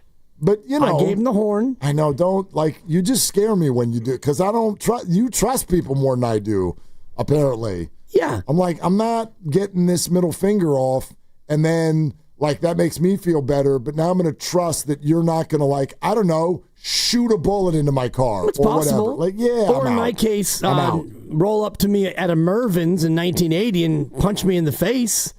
And that was in the face? That was a verbal middle finger. And I took the L that day. Yeah. But I bet you fought back. I bounced back. I don't fight back for nothing. I was on my back with my friends laughing at me. It is pretty funny. Took it on the chin. Yeah. All right, another pair of Giants tickets later on this hour. We invite you to subscribe to Willard and Dibs on the free Odyssey app or wherever you find your favorite podcast. And then do it for the Morning Roast and Steiny Guru as well.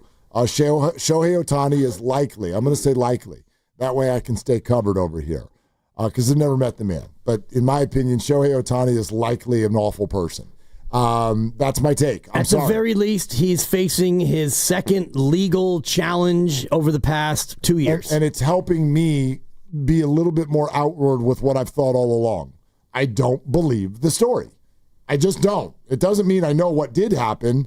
I just don't believe what they're telling me happened with regard to the whole translator, gambling, transfer of funds, and off to jail you go. I just don't buy it. I do not buy it. There's so much at stake. Would Major League Baseball step in and make something like this go away? You damn well better believe they would. So that's my belief. A little bit of a conspiracy theory, that's fine. I'll wear that. That's how I feel. And then this new story comes out today. He's being sued along with his agent for getting basically being invited into a real estate deal to be the face of it, and then coming in, taking over, and getting the people who invited him fired. So millions of dollars at stake again. And it got us kind of talking about when pro athletes have been jerks to you. Lucas heckled Tommy Pham and got one verbally on the chin. Omar flipped off Draymond Green. I had a wonderful experience with Draymond Green. So did you. I'm sure these are all human beings, so they've got good days, bad days. I got blown off by Dante Culpepper in a Ford Field elevator. Do you know who was absolutely miserable to be around? And it wasn't even like a bad... He didn't do anything directly toward me. But this will be funny, and boy, you want to talk about what feels like 80 lives ago. I used to have to cover the Los Angeles Dodgers. I had to go to all the games. I was going to whoop, but he wants it to be poop. Because he don't like that team. Single game. And then they walk down and down the elevator. Hey, Clayton, another gem for you. How the curveball looked like it was really snapping. How'd that feel for you? I'm glad that you think I'm that young. This was pre-Kershaw, but go all the way down the elevator. Sandy Koufax, you had a really good game. In between. I love the young Thank you. Into Jim Tracy's office, who, by the way, nicest human being on the face of the planet, but had to go down there.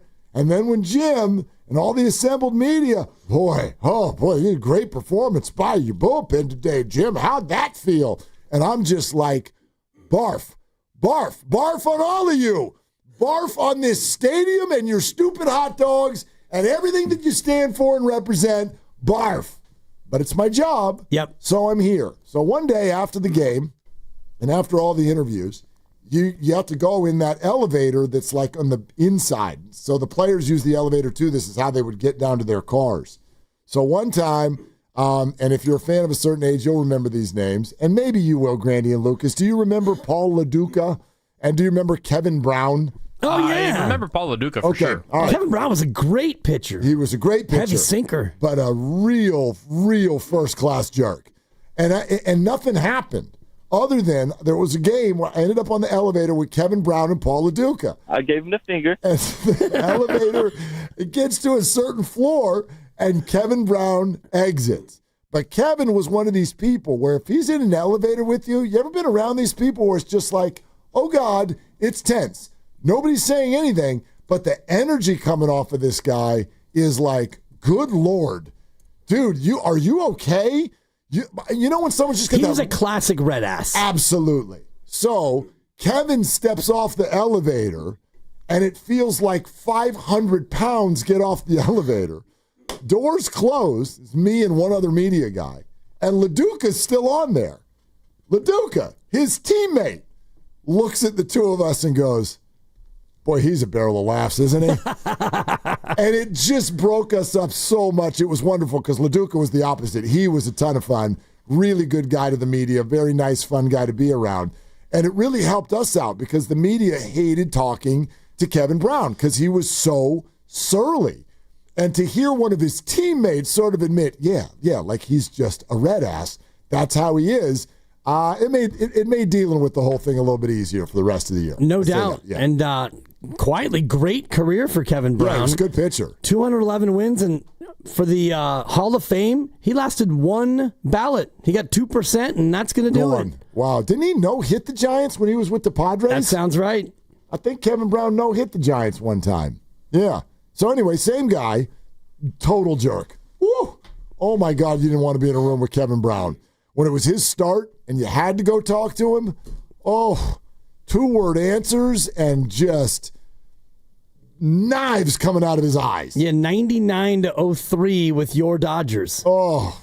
June 10th, 1997. No hit the Giants when he was a Marlin. Oh, when he was a Marlin? Yeah. I thought it was when he was with the Fathers, but it was when he was with the Fish. All right. Yeah, 1 year with the Fathers.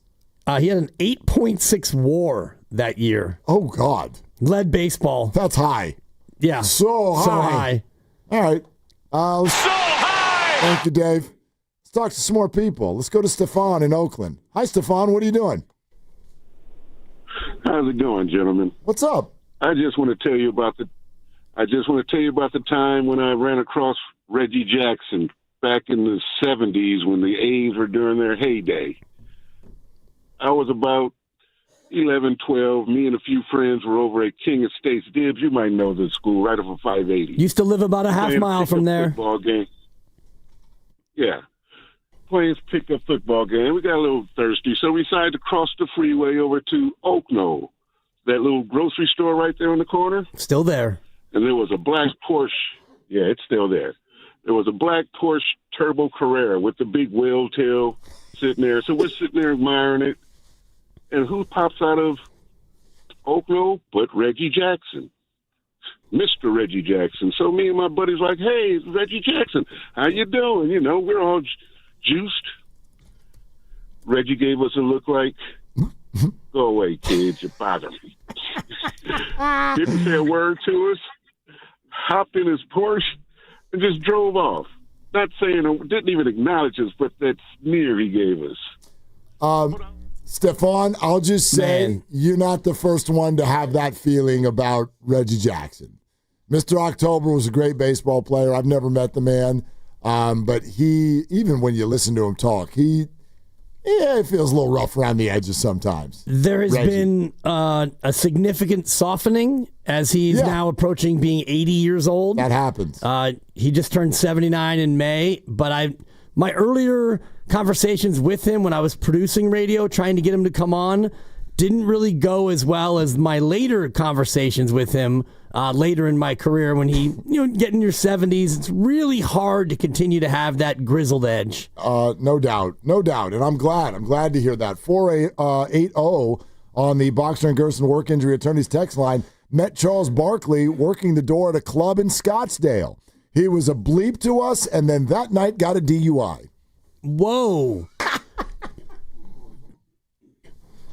Charles, actually, I've had wonderful experiences with Charles. Yeah. Like multiple. I think Charles at that golf tournament probably, it was right? the golf tournament, and he and Tony Bruno knew each other a little bit. So we ran into him in an airport one time, and he sat there and talked to us for 10 minutes.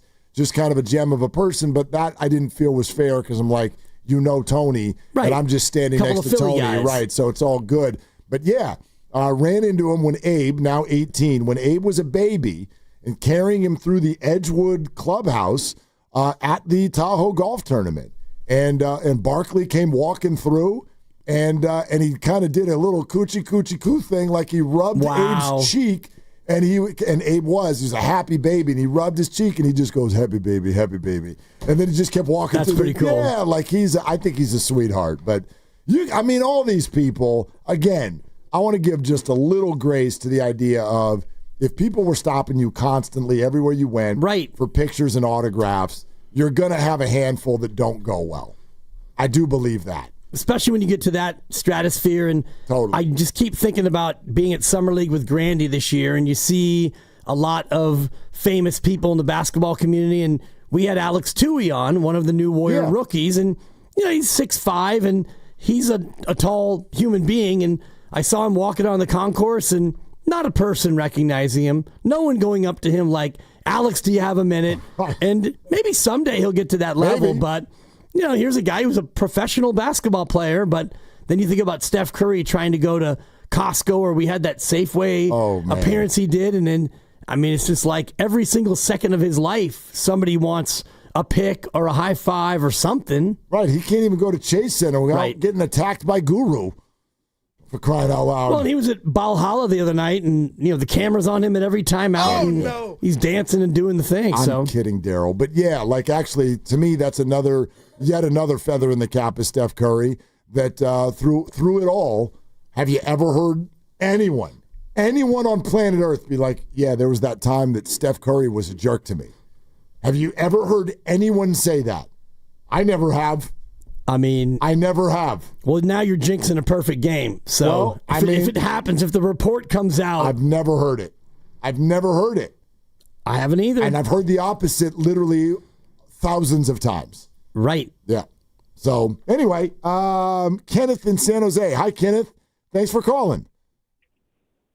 What's going on, fellas? How y'all doing? What's up? Hey, so this was in 2012. I used to work at a CVS in Burlingame, and I used to work overnight. And this was right after the Giants beat. Appreciate that. Right after the Giants beat the Cardinals in the NLCS. And who do I see walk in? I see Angel Pagan. So, I'm not one to I don't ever ask for autographs or anything like that. But I'm like, hey, what's up, Pagan? Congratulations. Go Giants. He goes about his he's buying some things or whatever, and he comes to the cash register. I'm ringing him up, and he asked for a lighter, so he didn't specify what color. So I just got whatever was right there, and it was like a light reddish one. It might have been pink. I don't know. But when I gave it to him, he's like, hey, man. He's like, hey, I don't roll that way. I don't roll that way. I'm just like, he's trying to insinuate, Right. So I'm just like, whatever. Like, get the hell out of here. He left, and that was that. But I was just like, yeah, screw this guy. Like, yeah, I never seen him the same way again. I was like, yeah, all right, whatever, dude. But that's all. Real quick, 5 years before that, I seen Willie Mays on an airplane going to New York, and like I said, I wasn't gonna bother him or anything, but I seen him and I was like, hey, go Giants, Mays, go Giants, and he just gave me the biggest smile and yeah, I thought that was pretty. Thank goodness. Kenneth, thank you. I did not want a bad Willie Mays story. No, please, I don't. I have don't want one that. career interaction. It was at spring training, probably 2012, with my old show, The Rise Guys, and we're just standing in the Giants clubhouse like idiots because we're never there, and it's spring training. And Marty Lurie, God bless him, he's like Willie's closest friend. Right. Hey, Willie, as a buddy, as a friend of mine, Dan Dibley. Dan, come over here, meet Willie. And so I'm like, meet Willie? So I can shake his hand. Hey, how you doing, young man? And this and that. And it was a quick 2 minutes of back and forth. And I was like, dude, Willie Mays. Dude. Marty Lurie is forever like at the top of my list of like all-time good guys. Marty's a tremendous human being. That was an example of Marty. Like, Dan, get over here. You ever have any of those celebrity interactions that just almost overwhelm you? Like where you're just like, whoa, this is a little too much. Yeah. I don't really get starstruck very often. There's like 2-3 moments in my life where you're just like, I mean, it was fine, but you're just sort of like, it just feels different. Like this person next to me is such a big star. This is such a big star. I can remember being, when I was doing sideline for USC, shoulder to shoulder with Tiger Woods. And you're just like, holy crap. And it was at the height of his deal. You're just like, dude. Totally. You're just kind of like looking around at people in the stands. You want someone to be like, do you see this? Did you see him standing? The Tiger Woods. Forget the football game. Yeah. Tiger Woods is here. Just stuff like that. Got a chance to meet Bonds just last year. Yep. And that went great, and it was brief and not a big deal at all. And I'm now at an age in my life where whatever, but you're just like, whew, Barry Bonds. And that's where the kid Willard comes out. Yeah, just like, whoa, that's a big deal. Robin Williams was that for me. Oh, man, and I screwed it up so bad. Like, it couldn't have gone worse. He was filming a movie called Jack at the grammar school at which I worked in Ross. And so he was there every day. One day during a break, he's walking across the field, and I'm a PE teacher at the time, so I got a Frisbee in my hand. I'm an elite Frisbee thrower. You were Frisbee guy before I played Frisbee guy. Ultimate, the whole thing. So I shout out about 20 yards away, hey, Robin! And I gesture like, let's have a catch. And he stops, and I throw the Frisbee. And I'm going to throw one of these majestic, like, little benders and lead right to him. Well, the wind catches it. It curves, goes the other way, hits the blacktop, rolls underneath a work truck. Oh, jeez. So Robin Williams, he had already accepted the social contract of we're going to have a catch. Right. So now he's kind of obligated to get it. So this man walks over, gets on all fours, crawls under this work truck, gets to his feet, stands up, doesn't even really look at me, and just goes, whack, and just rips off a backhand throw that is right to me. By the time it's out of his hand, he's all but sprinting away from me. He's like, we're not doing any more of this. Gone. I don't need to end up crawling because you want to throw me a Frisbee. And he's one of my all-time heroes. And I had a moment. I had a moment Robin. to have a moment with a hero, and it could not have gone worse. Unless I hit him in the face with it. In the face? He's crawling on the blacktop to retrieve a Frisbee. That's embarrassing. I have a similar story, Dibs, in the same vein. When I was a freshman at Oregon, that was the year that Marcus Mariota won the Heisman, and they went all the way to the national championship game. Yeah. I'm playing pickup basketball at the Student Rec Center, and who walks in fresh off winning a Heisman but Marcus Mariota to play? And we're playing together with a group of other guys, and I had the worst game of my entire life. Could not hold on to the ball, could not dribble it, could not make a shot. Hey, Lucas, I hope you're getting this. Invite Mariota to the knockout tournament next year. Please celebrity appearance. We have found the man's kryptonite. It's kryptonite. It's Marcus Mariota. That is so great. Oh, gosh. Let's go to Fabian, who's in Baltimore, Maryland. Hey, Fabian, what's up? Hey, what's up? Hold on, I gotta shoot out of here loud. But no, I got one from our guy, Navarro Bowman. So I'm here in Maryland. So we went to Washington Commanders. They weren't Commanders at the time, I don't think. Versus Niners. My Niners are in town, and big win. So after the game, people are signing autographs. I'm like, I'm not really an autograph guy, but I'm like, they're signing, so let me just shoot over there and get one. So Navarro Bowman is there. He's signing. I'm like, all right. I walk up. I forgot what I have. I think I had this, like, an animal or something like that. And he just kind of looks at me, and he's like, I'm not signing that. And I couldn't get why. And, like, so I just walked up and just got my feelings hurt. And it was like, it really left like a sour taste in my mouth. And then I would see him a couple times because, you know, he's from the area. He's from Maryland, and I would see him at some day parties. I wouldn't say nothing to him, but I saw his boys. They all had 49er jackets on. I'd say what's up to them. But, yeah, I just walked up and got my feelings hurt, man. And I think he was just like, I'm not signing OD's autograph and whatever. Like, I know that's a thing sometimes. I'm not even a type of person to go up and get an autograph, but I'm like, all right, he's right there and he's signing them. We had a big win. I'm feeling good. And he just looked at me. He's like, I'm not signing that. And that was it. Got my feelings hurt. Man, Fabian, still hurt. thanks. That's Yeah. a tough one.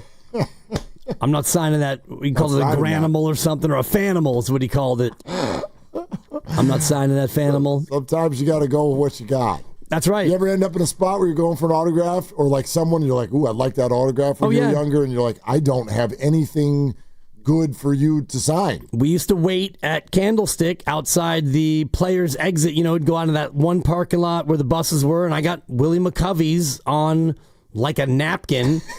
And needless to say, that napkin's no longer with us. We're talking 1977 or 78, and you know, we weren't big autograph people either, but there were times where, can we get an autograph? And Jack Clark and Willie McCovey and, you know, those type of era giants. Grew up in Foster City, and one night there's a pizza place that was down the street from my house, and it's one of these, like, there's no tables in there. Like, it's just takeout. I think it was called Beethoven's Pizza. Okay. It was right over at Charter Square in Foster City. And my parents, I'd gotten old enough where my parents were like, you go get the pizza for us and walk it back. We were that close. I'm like, all right, I'm going to walk over to Beethoven's Pizza to get the pizza. I'm in there, and the process of payment is happening, and who walks in? Hackman. Jeffrey Leonard. Ooh. It's me and Hack. That's it. That's the room and the employees. And I'm immediately looking around like, who do we got? I don't have a baseball on me. No. What do we got? Well, we got a Beethoven's Pizza to-go menu. That's what we got. And I'm like, Mr. Leonard, would you mind signing this? And he mumbles, to who?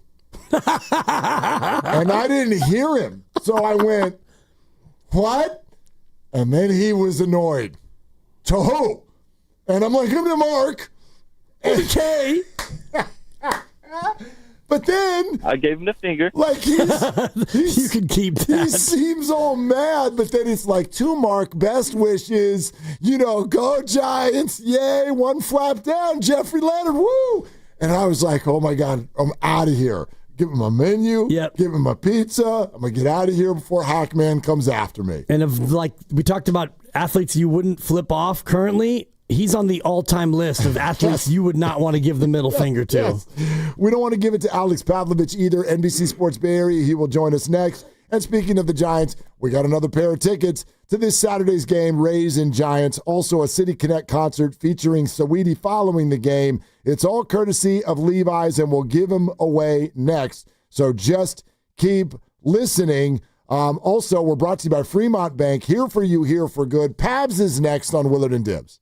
Express yourself with personalized cafe appliances at Friedman's Appliance in Pleasant Hill. You can select custom hardware in 4 finishes that let you uniquely accessorize your kitchen. Experience GE Cafe innovation with 6-burner Pro ranges, hot water dispensing refrigerators, and smart induction ranges. Plus, for a limited time, receive up to a $3,000 rebate with the purchase of select suite combinations.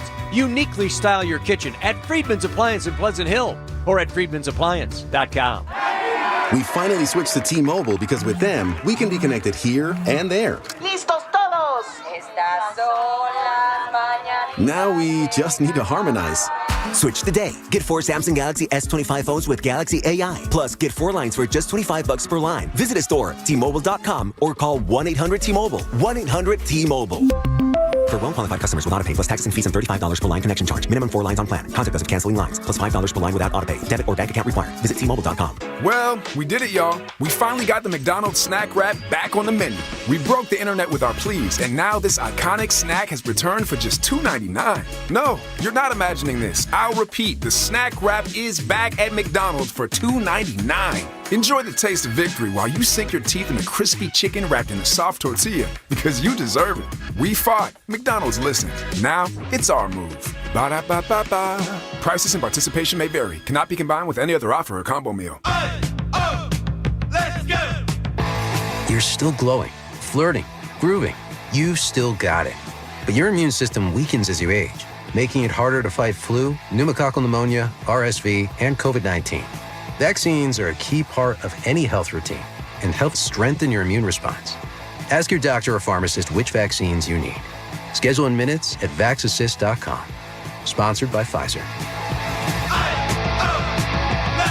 Want to interact with the hosts but can't call? Text the Boxer and Gerson Work Injury Attorneys text line at 888-957-9570. Boxer and Gerson, Northern California's premier workers' compensation law firm, helping injured workers get their lives back for over 40 years. Shopping for a new car is fun. Shopping for financing, not fun. Luckily, First NorCal Credit Union can help. With rates as low as 4.75% APR, you can save big by skipping the dealer financing and applying their rebates to your down payment. Visit firstnorcalcu.org to apply. Must qualify for membership. Rates subject to change without notice. Loan subject to credit approval. 4.75 annual percent rate based on 36-month term and 780 FICO score and 29.86 per $1,000 borrowed. Visit Friedman's Appliance for the Sub-Zero Wolf and Cove Grand Kitchen event. With qualifying purchase, get 3 additional years of protection or qualify for a $1,000 rebate. You'll find the largest selection at the Living Kitchen at Friedman's Appliance in Pleasant Hill. Do Crohn's disease or ulcerative colitis symptoms keep coming back? Tremfya, guselkumab, may help, with rapid remission achieved at 12 weeks and lasting clinical remission at 1 year. Some even saw visible improvement of their intestinal lining at 12 weeks and 1 year. Tremfya is a prescription medicine used to treat adults with moderately to severely active Crohn's disease and adults with moderately to severely active ulcerative colitis. Serious allergic reactions and increased risk of infections and liver problems may occur. Before treatment, your doctor should check you for infections and tuberculosis. Tell your doctor if you have an infection, flu-like symptoms, or if you need a vaccine. Healing is possible with Tremfya. Approximately 3 out of 10 patients were in endoscopic remission at 1 year, based on areas visualized on colonoscopy, which may not represent the deeper bowel layer or entire GI tract. Individual results may vary. Ask your doctor about Tremfya today. Call 1-800-526-7736 to learn more or visit tremfyaradio.com. This is the story of the one. As a safety manager at a manufacturing plant, he does everything he can to keep his coworkers safe. From finding ways to reduce risks to keeping safety supplies in stock. And for that, he relies on Grainger. Grainger offers a broad range of quality products and next-day delivery, so he can always play it safe. Call 1-800-GRAINGER, click Grainger.com, or just stop by. Grainger, for the ones who get it done. DQ presents the sound of happy. Hear that? That's the DQ chicken strip basket. Only $7.49 for a limited time. We're talking 4 100% white meat seasoned chicken strips served with fries, Texas toast, and DQ's signature country gravy. Yeah, you heard that right. For crunch time and no time, it can only be the DQ chicken strip basket. Just $7.49 for a limited time. Get it delivered in the DQ app. Happy tastes good at participating locations.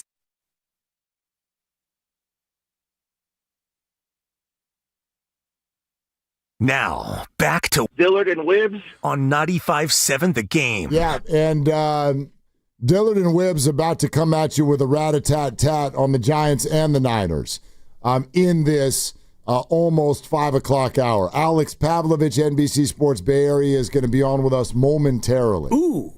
David Lombardi, SF Standard, 520. Huge. So we're going to get your Giants, we're going to get your Niners, we're going to get all of it before we duck on out of here at 6 o'clock. I was going to say, I'd like to ask them who has ever blown them off. Maybe we can incorporate that into our interviews. I bet they've had a ton of experiences that they didn't love with athletes. But anyway, you know what that sound means? It means, speaking of the Giants, we got a pair of tickets to give away to Saturday's game, the Rays and Giants at Oracle Park. And included in this is a City Connect concert featuring Saweetie following the game. This is all courtesy of Levi's. All you need to do is be caller 5 right now to our contest line, 415-523-4652. Caller 5 right now to our contest line, 415-523-4652. Good luck to each of you. Those of you who do not win, you do have the option to go to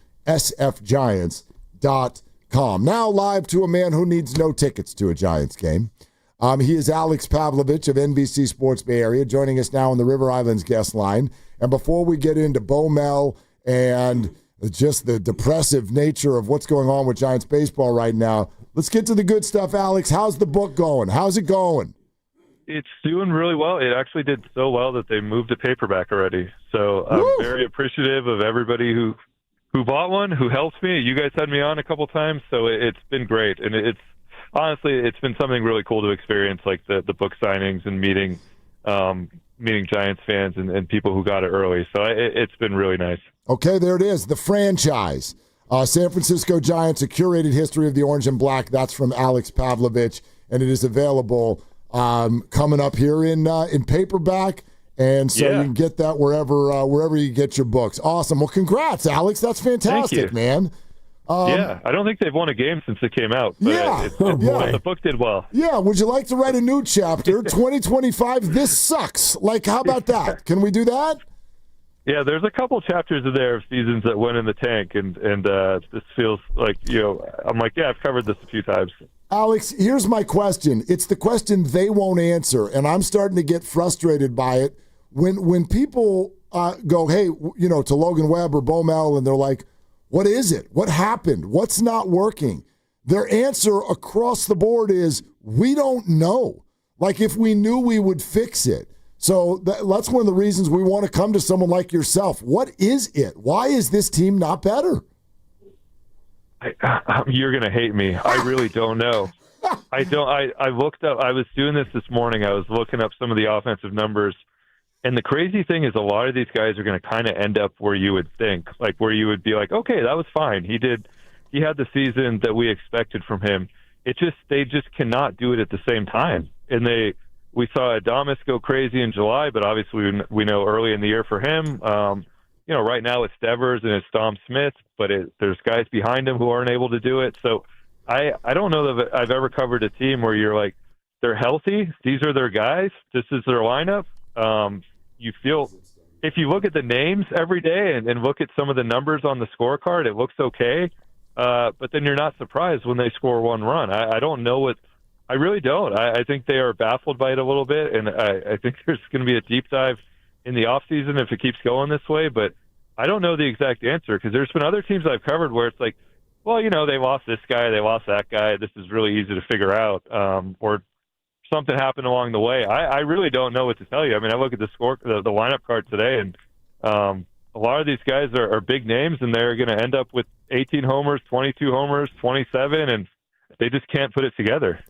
And I wondered situationally from whence those home runs derive. In other words, what situations. And that's something that I'm going to look at when I start to do my dive. But I look at a team yesterday, Alex, who had 2 at-bats with runners in scoring position, and they didn't deliver on either one. Is it as simple as a lack of lineup connectivity? Like you were saying, you might have 2 guys hot one game and then a different 2 the next.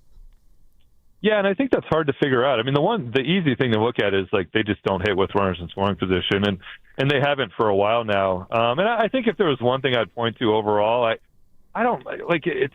They've been really bad at home, especially offensively, and I don't know that this team is fully built for this ballpark. I think they're trying to get there, and we've seen the way Buster is drafting, and we've seen, some of the guys they've traded for. There is a different style, but this is a team that I think on the road you see they can hit timely homers and they can get those extra base hits. They haven't been able to do it here. They don't run at all, which is something we've been waiting years for them to get more athletic. And I go back to like teams that I wrote about and teams that are in that book that, you would have Angel Pagan and Gregor Blanco and Hunter Pence and these guys who would run a little bit and do some more things. I think that's part of it, but in general, I still think they have good players out there, and I think that's what I know. I get the frustration with Bob and his answers after games, but I think he looks up and there's a runner on second and a runner on third, and he sees two good players come up, and he thinks one of them will get the job done, and they just haven't done it. Alex Pavlovich, NBC Sports Bay Area, with us here on Willard and Dibs 95.7 The Game. Let's dive a little further into the Bob situation. Alex, how safe is he at the end of the year?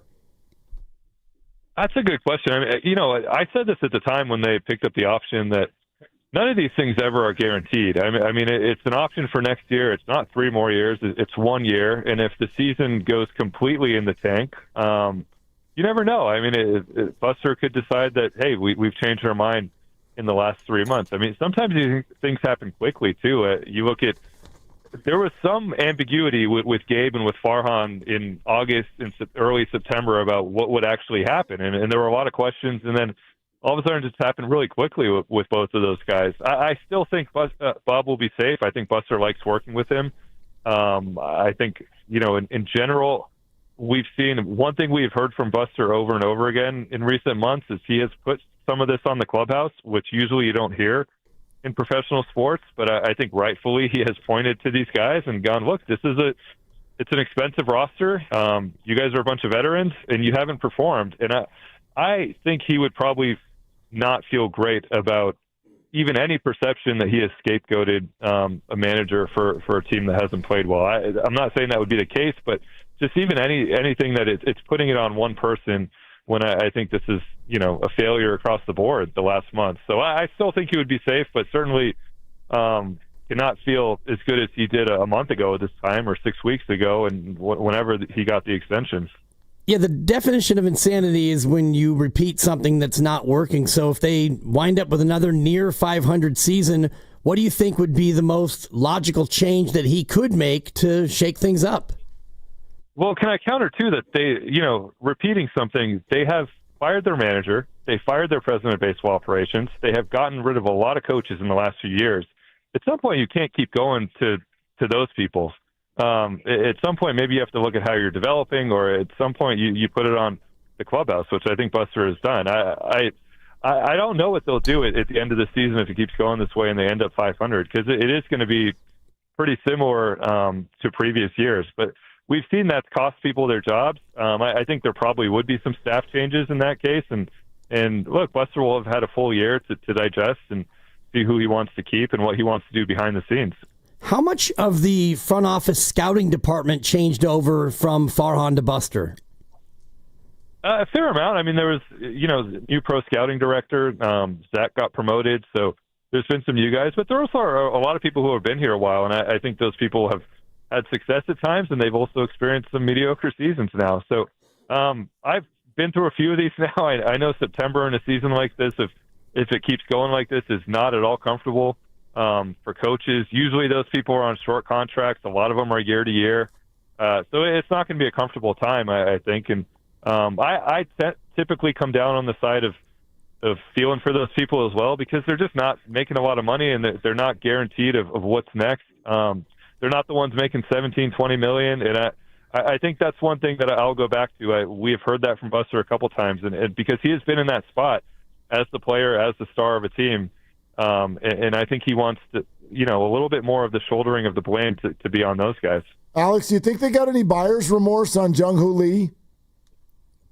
No, I don't think so. I mean, look, at the very least, he's been a fan favorite here, which they needed more of. I think what they probably are going to look at the end of the year is that they probably played him too much in the first half. And that is the one thing that we don't know about him just because we saw 37 games last year. But look, we saw this with Yaz over the years. I'll go back to, I remember covering Blanco. Like, Blanco was great for 2 weeks. If you played him for 2 months, at some point you'd look up and the numbers weren't there. So I do think it's maybe easy to point at the frame and go, it looks like he's worn down, but I do think he looks like he is worn down a little bit, especially at the end of the first half. And I do wonder going into next year if they will feel like maybe they need to find a few more days off and ways to keep him fresh. I also think, and it's one thing I asked Bob Melvin today, just about the base running. Because of the injury last year and because he was rehabbing basically going into spring training, they didn't work on some things that they want to work on this offseason. He probably does need an adjustment a little bit in how he plays the game and going the other way a little bit more, being more of a singles hitter, putting more pressure on the defense. And he's a fast guy. He just doesn't steal a whole lot or try to steal a whole lot. And I think that's going to be something that they talk to him about going into the offseason. Carson Whisenhunt sent out today. Tyler Fitzgerald recalled. Do you think that's just to get more bats up, knowing you're going to skip Carson? Would you anticipate he comes back up and makes another start in the next 8 days or so? Yeah, I think this is one of those roster moves for today, when specifically they have a lefty on the mound and they didn't have another right-handed option in the outfield. So they'll get Fitz back up here and maybe keep him and keep him in that utility role. I mean, I don't know that they need both Gilbert and McRae here when they have Lee in center field. So we'll see how that goes. But I think we'll see Whisenhunt again this year. And one thing that'll happen at the end of the year, if again, I keep saying if it goes this way, just because they're trying to chase down a Mets team that loses every night seemingly. So that has kind of kept them in this race. But if they do fall out of it, I do think they want to take a look at Tidwell. They want to see Birdsong again. So there are some guys they would like to see Whisenhunt again. There are some guys they would like to see down the stretch. And there will be innings because there are guys in the rotation currently who probably at some point will need to be shut down. Is Bryce Eldridge one of the people they would like to see in that scenario? I think they would. Again, they're being extremely, deliberate with that one and making sure. Like I know there were some people speculating when Wilmer hurt the hamstring and then Gerard goes down. When he comes up, he's here ideally to stay, and he is here to play every day. And I asked Buster a couple weeks ago. We had him on our podcast after the deadline, and I asked him about his experience as a September call-up, and he's like, I don't know that I really got much out of it. He got like 17 at-bats over a few weeks. He didn't play a whole lot. I think he believes pretty strongly that when Bryce arrives, that he is in the lineup every day for the rest of the season when that happens. And we'll see when they get to that point, if they get to that point this year. I think right now there's no pressure because it is, for as much as we talked about early in the year about Wade and first base and all that, like, right now they have Devers and they have Dom Smith, who's been their best hitter maybe the last couple of weeks, and they feel okay there, and they're totally fine with letting Bryce figure it out. And the highlights are great. The power is great. He's doing a really good job. I've heard really positive things about how hard he's working defensively and how far he has come along there. But he is striking out a fair amount, and there is, a way to pitch to him right now in AAA, and big league pitchers will execute on those pitches. So there's some work to be done, but they are very excited about him, and I think, ideally, if this keeps going this way, they would get a look at him in September. You're listening to 95.7 The Game, KGMZ FM and HD1 San Francisco, and Odyssey Sports Station in the home of the Golden State Warriors and Valkyries, always live on the free Odyssey app, coming to you live from the Laughing Monk Studios, and we're talking with Alex Pavlovich of NBC Sports Bay Area. Pavs, Landon Roop goes 3 innings and throws 50 pitches in AAA. Is it your understanding, did Bob Melvin talk about whether or not he'd be ready to come up and take a turn?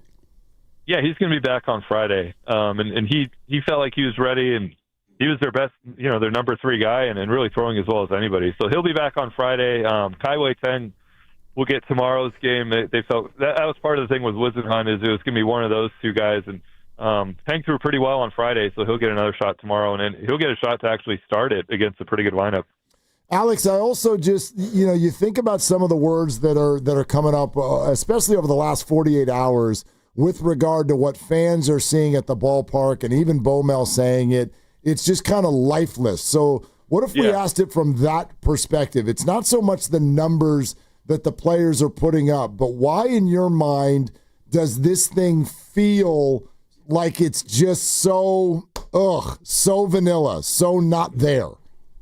Yeah, I mean, for me, that's the biggest thing right now. And I brought my son on Sunday. He's almost 2 years old, and he had a blast in pregame introductions because he's just learned how to clap, and he was clapping along with everything. And then he had nothing. There was nothing. He's not going to clap on his own, and there was nothing to cheer about after that for the rest of the game. And that has just kind of become the case here. And I was in the stands for the first time all year and looking around, and there have been really good crowds all year. There were 40,000 on Sunday, and they gave him absolutely no reason to cheer, and that's become the norm.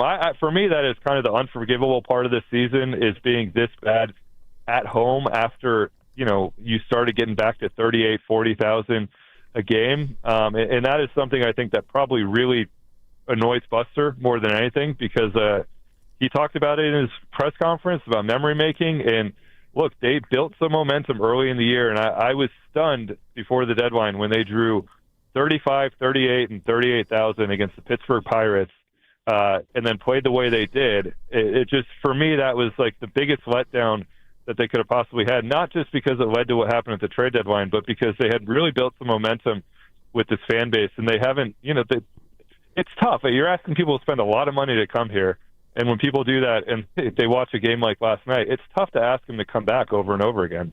Especially when you have that kind of a disinterested product that you're seeing on the field. So what can Bob Melvin do? I know he's not a flip the spread and go crazy guy, and you've got veterans in there who should know how to get out of it, but what does a manager do? What's the solution to try to salvage something here as you get down the stretch? Yeah, they've tried to. I mean, today it's a little bit of a different look with the lineup. I think some of the younger guys are, maybe you see them play a little bit harder. That's what you like to see. I mean, I did like seeing Elise Gilbert's energy last night. I know it didn't work out for him going into the third, but I like the bravado there. And but I do think I'll go back to sort of like these guys just turning it around suddenly and starting to win some games here. I think a big part of this will be in September and getting some other young guys up here and maybe seeing if some of those guys can bring some energy. And I think it was important what happened at the deadline. It was a message to this clubhouse that, you can't keep, to your earlier point, you can't keep doing this over and over again and all your friends get to stay. Like, they get traded if this happens. And Buster did not do a whole lot last offseason. I think he wanted to get a lay of the land, but he would be more active, I think, this offseason if it keeps going this way, because the energy is a big thing, and it's problematic, I think, when it feels like this happens every year in the second half. This group just runs out of energy, and at some point you need to figure out what's going on there and who can be the spark. Alex, great stuff, man. Thank you so much for the time. Appreciate it. Congrats on the success of the book. Thank you, guys. And I will say, I heard you talk about this. Zach Greinke blew me off really well. Yeah. Who's my book? Oh, yeah. So this was recent. This was, I mean, he was. I tried to talk to him once. I don't blame him. He was very actually polite about it, but it was. He was just like, yeah, absolutely not. So it was a good one, and I'm like, yeah, you don't have to talk to me. So. Who's not been polite? Like, what was your worst, if you're willing to go there, because it was years gone by? Like, what was your worst interaction with a pro athlete?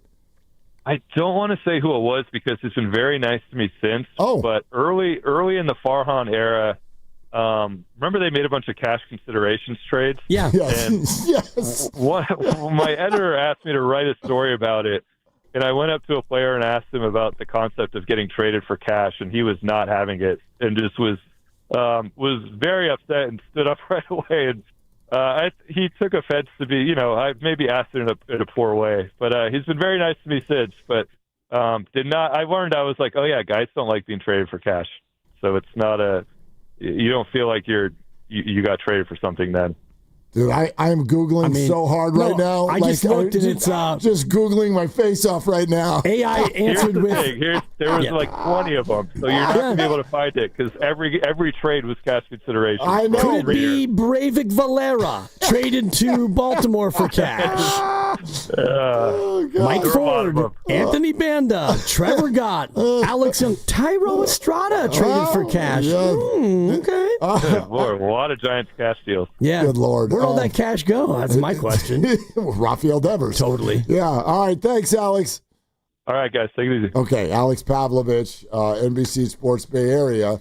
Don't ask him about deals with cash considerations. It's touchy. Yeah, and if you ever want to just do a deep dive and just laugh, SI has an article on ranking every one of Farhan Zaidi's 70 trades. Oh, man. And this is only through the middle of 2023. I think that there were more that followed, but some of the trades he made were phenomenal. And a lot of them were, like I just said, Anthony Banda for cash. Who for what? Yeah, there were so many where you're like, I don't even know who left or who showed up. I don't know anything. Probably his landmark deal was the one that happened right there on the way out the door. It's Robbie Ray, isn't it? That was a tremendous trade. Yep. DeSclafani and Mitch Haniger for Robbie Ray? Boom. Yeah. Give me some of that. I'm looking at Darren Ruff, and he got Carson Seymour back in the Darren Ruff trade. The Ruff. I mean, we've at least seen... The Ruff trade was hilarious because he went to the Mets and never got another hit again. Right. I mean, it was unbelievable what he got for Darren Ruff at the end of his career. I mean, the man made a lot of trades. He sure did. Well, they traded him to the Mets. The Mets later released him or didn't bring him back, and then he came back to the Giants. Yeah, and they got like 3 or 4 players for him. Yes. Who was in that Ruff deal? Ruff was on the move. Yeah, Carson Seymour. Who else? J.D. Davis, who he came up and contributed and played. He probably played cleanup. Thomas Zappucki. Oh, that's right, Zappucki. And Nick Zwack. They got Zappucki and Zwack. That is so far, hon. Isn't that that's a college conference, isn't it? The Zwack. Yeah, they play on Tuesday nights. Yeah, Farhan's thinking about playing Major League Baseball player Scrabble. I need a couple of guys with some Z's in there. I mean, Yaz was a trade that Farhan made. Right. And number for a while, one. yeah. And when Lamont Wade had a nickname, people loved that deal because he got him for a pitcher, I think, named Sean Anderson. Correct. And he got him from the Twins, and that was like a great thing. And then Lamont forgot how to hit. And so that was the end of that. But that was a good long run. Yeah, it was better. I mean, he traded somebody synonymous with 420 for Yaz. Somebody synonymous with 420. Mike Erb. Oh, my. Mike Erb. Oh, that was a good. All right. Cleaned it up. I get it. Yeah. No, that was a good trade, though. Yeah. It's a good trade. But the Robbie Ray one was probably the best. And then didn't he dump Melanson on the Braves, and they paid all of his money, and they got a bunch of players back, and I think one of them was Tristan Beck. Do you see the Melanson deal? Yeah, I'm just scrolling down here. Because people hated Melanson. Jordan Johnson and cash for Connor Joe. Oh, Connor Joe was just ahead of his time. He ended up becoming a good player. Cash for Breivik Valera, Scooter Gannett, and Daniel Robertson. Yeah.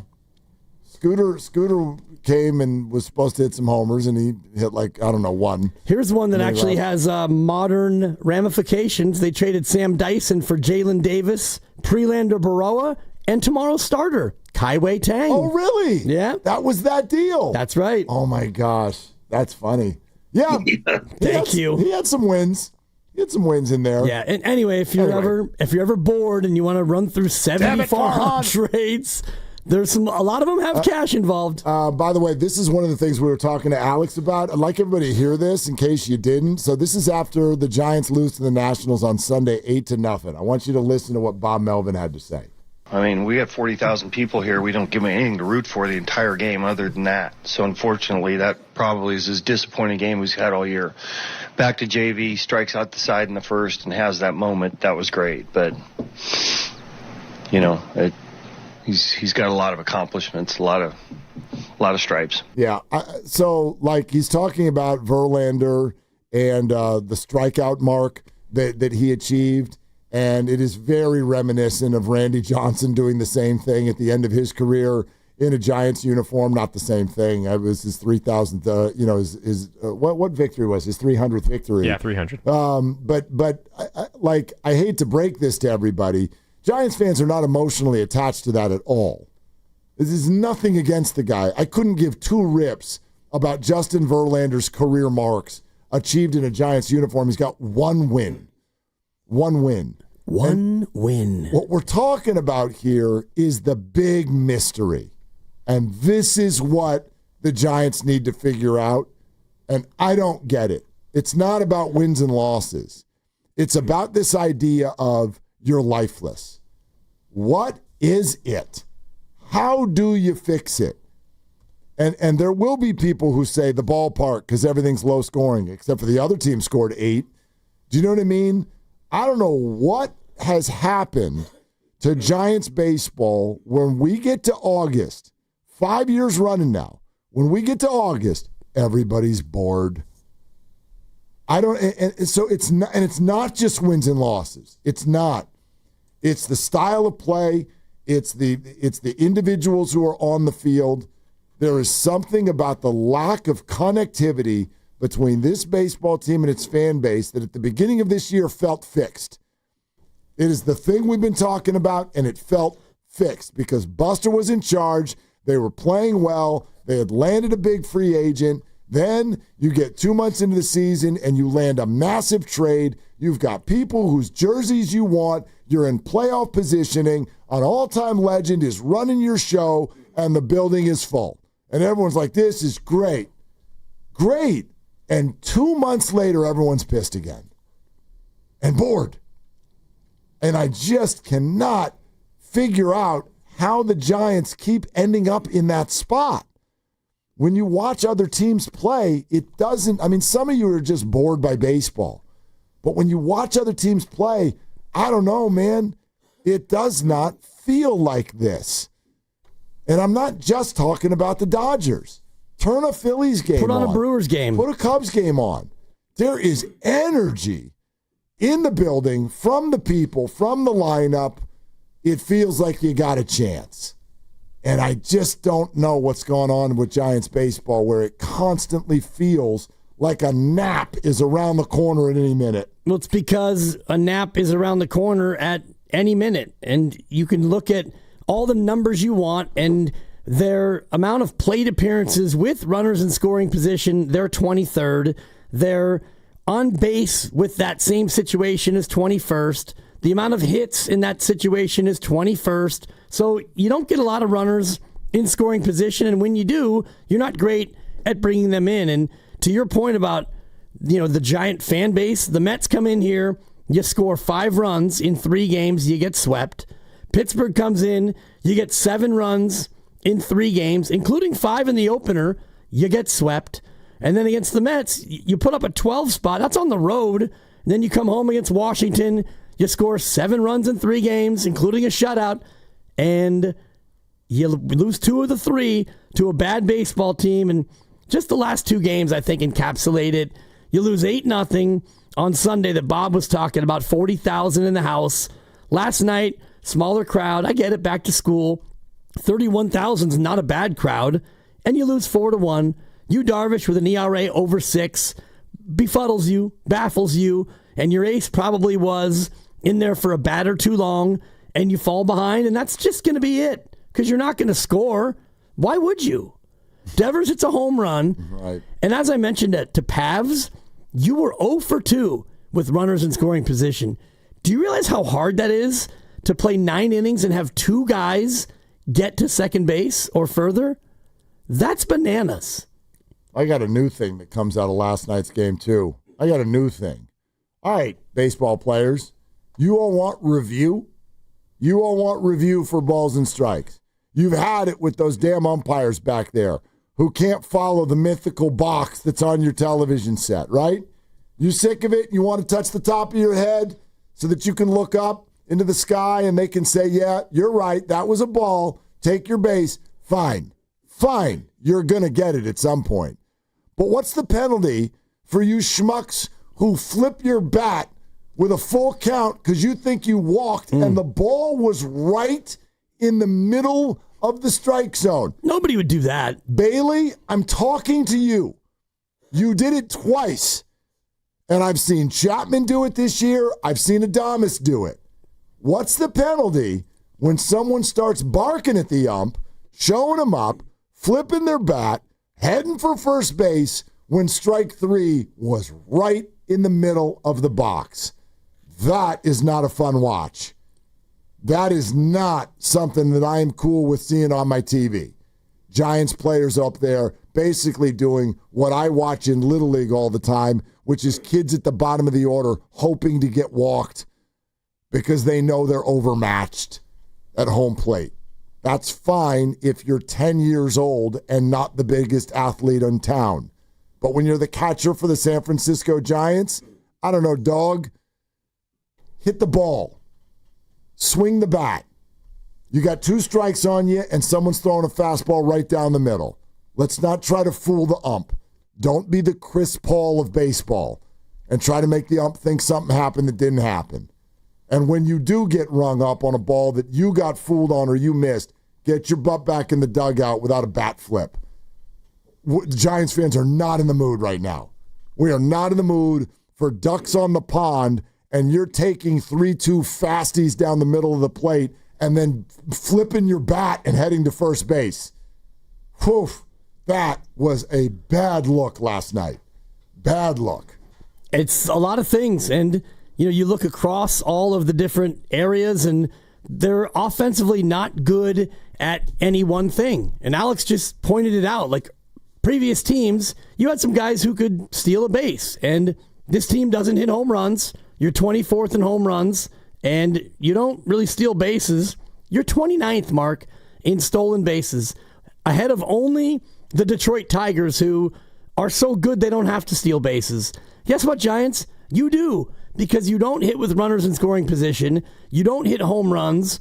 You don't put up 4 spots in innings, and I've charted every game in which they've scored 4 runs in an inning or more. The last time they did it at home was July 11th. That's a month.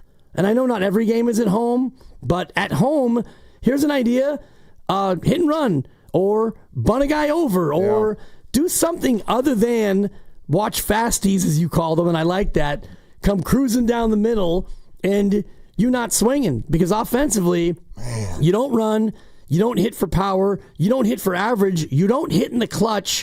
What do you do, Giants offense? Super frustrating. Yeah. Super and it's frustrating. And you can look at the names and say, yeah, they got names like Adames and Ramos and Chapman and, Devers. These are legitimate good hitters. The other thing that struck me about what Alex was saying about Jung-Hoo Lee, maybe some of these other guys are also a little worn down. Adames has played in 118.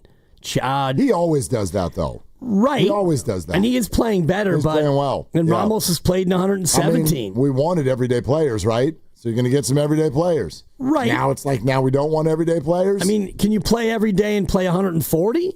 Yeah, you can. I know that Adames wants to play in 162. River Island's guest line, because here comes part 2 of our late show soiree. We got the Giants in there. Let's get to the Niners, because there's plenty of questions there, too. And David Lombardi, SF Standard, kind enough to jump on with us here and talk things out as another Niner week is starting to come together. Injuries are out there as well. David, thanks so much for coming on, man. How are you? Good. Yeah, I'm ready to get out into Vegas. It's going to be a little bit hot, but I think practice is early there, so we'll be fine. And only one of the practices on Thursday. They don't do back-to-backs anymore because I guess there's too many fights on the second day, according to Kyle Shanahan. So you practice once with another team, and then you find another team to do another practice with. Love it. Yeah, Vegas is where the next joint practices are coming as the Niners get ready for the Raiders. We've got a lot of questions about their plan for this week, but I want to start with where we sit right now. David, what is your read on the Jauan Jennings situation in total? What's going on here? I think 2 things are true at once. I think that he wants a new contract. We've known that for a few weeks now, and I think that his calf is also bothering him. That's something that has popped up multiple times for Jauan, going actually back to last training camp where he missed a lot of camp and then came in at the end and then obviously delivered his career best season with those 975 receiving yards. So the NFL is complicated, especially since there are so many injuries across the league, and it just so happens that you've got a contract standoff and an injury that's pushing a player out of practice happening at the same time. Now, it's worth noting that early in camp when Jauan felt good enough, he was out in practice. So it's not like he's been out of practice the whole time, even when the injury wasn't an issue, right? And I think, just in the bigger picture, the 49ers spent all this money on Deebo Samuel and then on Brandon Ayuk, and Ayuk obviously is the most recent investment for them. That came after a long standoff last offseason. Then you had Jennings essentially outperform Ayuk after that contract was signed, and it just puts everybody in a really difficult position. I can totally understand Jennings' point of view. He had about 1,000 receiving yards, and he's only scheduled to make $7.5 million. And beyond that, he's been just the ultimate soldier for the 49ers as far as blocking goes, just setting an example physically. He's been great. He's epitomized what they want at the receiver position. So you have his case on one side, but then you have the Niners who have been now squeezed financially by all the big contracts they've had to give out. They're number 3 in cash spending this year, even despite the fact that this was the belt-tightening year. So they cut a bunch of guys, but they also doubled down on their A-list players. And their philosophy is to pay the A-list players, but to be cost-efficient at other positions. And Jauan Jennings is in this really weird rock and a hard place because he is not an A-list player, but he's a very important one. And what do the 49ers do with a player like that financially? And I think that's what the question is right now. And maybe deadline pressure will push them closer to a resolution.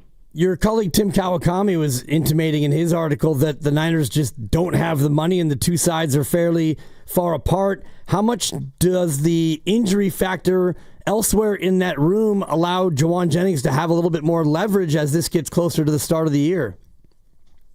Yeah, so I think that this is probably the most leverage that Jauan will ever have. He's looking at the situation right now, and there are a lot of guys hurt. Ricky Pearsall's the only starting receiver who's available. As this does get closer to the season, if the problems still look like they're going to persist into week 1 and beyond, there's a lot in question right now, especially with somebody like Jordan Watkins, who's going to be out for about a month, and the season opener is about a month away. But if it's really starting to look like this is bad with week 1 approaching, then the 49ers will probably start sweating even a little bit more. But there's two sides to this too, right? Jauan, he's scheduled for free agency after this season.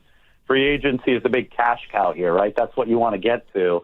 And he's got to play this year ahead of that free agency year to make sure that he maintains his option of cashing out. And it's like this game of chicken, right? Who's gonna pull over to the side of the road first? And generally, both sides take evasive action at some point close to the collision, so the two cars are heading toward each other, and the roster cut down might be one of those inflection points on August 26th. David Lombardi, SF Standard, with us. David, let's talk to Demarcus Robinson. I know Kyle Shanahan let everybody know yesterday that they're going through the appeals process on a forthcoming potential suspension. Do you expect that appeals process to be done before the year starts? How are you thinking that ball plays out? I would think so. If they're already in the appeals process right now, Jordan Addison pled no contest to a DUI charge. I don't know if there was an appeals process with the NFL suspension for him, but the suspension did come down about a week ago. It was 3 games to start 2025. I think that we can expect something similar for Demarcus Robinson. I don't know what would take the league so long that the 49ers couldn't find out before the roster cut down. I mean, at that point, it would be ridiculous. If everything's already been filed and Kyle Shanahan made it sound like the appeals process is ongoing, then you'd think that the league here could adjudicate things in a timely fashion so that the 49ers can get on with things. But they expect there to be a suspension. I would expect it to be 3 games, maybe 2 games if somehow this appeal comes through and lessens it. But I think the standard punishment under the substance abuse policy for this no contest plea to a DUI is 3 games. So I would expect it to be about that long at the start of the season. David, a lot of fans are concerned about the running back depth, and you all hope that Christian McCaffrey stays healthy. But if he happens to miss some time, right now looking at the running back room, who do they have who can really step up and maybe take on a share of the load? Isaac Guerrero is currently not available, but he should be in a couple weeks. He has a shoulder issue, but he's running full speed off on the side, and he's doing cuts. He just can't take on contact with the shoulder. So he's the number 2. They're hoping that he can also recreate some of what Christian could do in the pass game. Christian today scored a touchdown with George Kittle blocking, and then he gave George the ball, and George threw it up in the air in his kind of signature celebration. Good. Christian looked really good at practice today. I just thought of that one play out of the backfield because I realized that Isaac Guerendo is the 49ers' plan for another running back who can catch the ball, who can pressure defenses in that way. And then Patrick Taylor Jr. has shown that he's got a higher floor in years past. I think that he put in a lot of good work over the course of this offseason. There were some real issues, I thought, with him in the games where he started down the stretch last year. In the receiving game, there was the time when he ran the wrong route against Miami, and it almost turned into an interception. And as a check down, you just got to be reliable. And I think that he's been much more reliable over the course of this camp. The touchdown run the other day was nice. Pauno Hufanga, now Denver, plugged up the hole where that run was supposed to go, and Patrick Taylor showed some nice vision and bounced out and scored to the outside. So I think that's kind of your safe backup if, a lot of stuff goes wrong for the 49ers, but you might have more of a ceiling with Guerendo and then these two rookies, right? That they brought in Jauan Jennings, who's he actually went to my wife's high school. That's kind of cool, out in the Nashville area for 2 years. But he's a really, really compact runner, and he's built a lot like Corey Kiner, who is the other rookie they brought in. They're both my comp for both of them is Devontae Freeman physically. They didn't blow anybody away with their physical measurements, but they run really hard, and they've got more burst when you watch them in person than their 40 time might suggest. That's exactly who Devontae Freeman was, and he was a great all-around back, and I think that the 49ers think they may have some real ceiling with Jauan Jennings and Corey Kiner. David, can we go back to receiver for a second? Because I think this is one thing fans are thinking right now. Like, long run, is this all going to work out? Yeah, probably. But let's go to week one. And so Robinson, for sure, no. Watkins is now out with the high ankle, and he was a rookie anyway. Yeah, fingers crossed that Pearsall stays healthy. If Jauan Jennings' situation and or health is not set by week one, who is playing wide receiver in Seattle?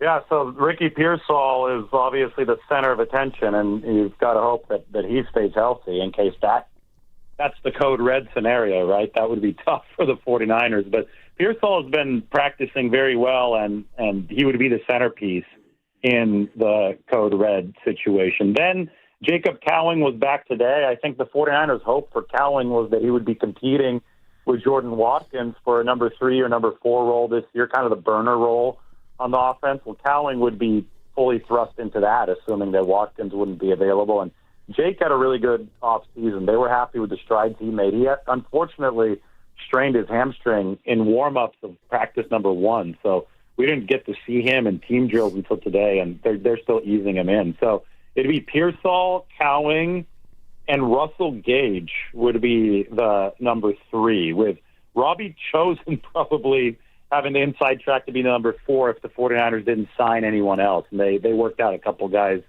today. But Russell Gage, this is somebody that people should pay attention to because he was a good number 3 in Atlanta for a couple of years. He had 750-plus yards in 2 straight seasons, and then he tore his patellar tendon, and that almost caused him to retire.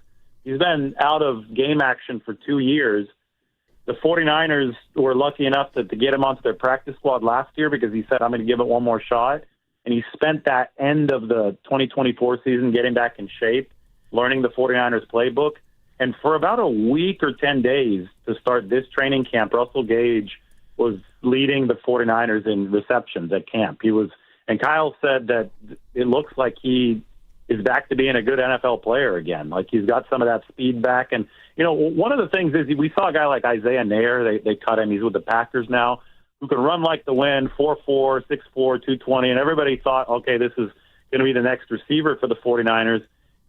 I think that whole experiment really underscored the fact that it's not about your athleticism if you can't run routes, if you don't know the nuances of the game. And somebody like Russell Gage, even though he might be 29 years old now, coming off that knee injury 2 years ago, he has shown that he can succeed at this level, at that number 3 receiver spot with the craftiness that he has, and he knows the inside and outs of the position. I think that he really might be somebody who elevates the floor of the receiver room to help the 49ers through this real rough patch with all these injuries. So I definitely would look to him if they do hit that code red situation week 1 in Seattle. David, who'd they work out today? Anyone we've heard of?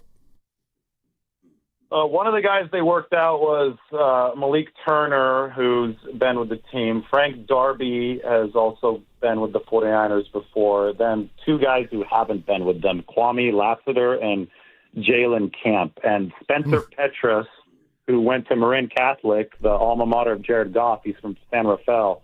That's the quarterback they brought in to throw to them. And Spencer he played QB for Iowa, but he's a Marin kid, and he's now been to the facility twice in the last month to throw to different receivers that they're working out. That's, I mean, they've got so many injury troubles at receiver. They keep on calling up the same local quarterback. Hey, we got to work out some more receivers. Come on down.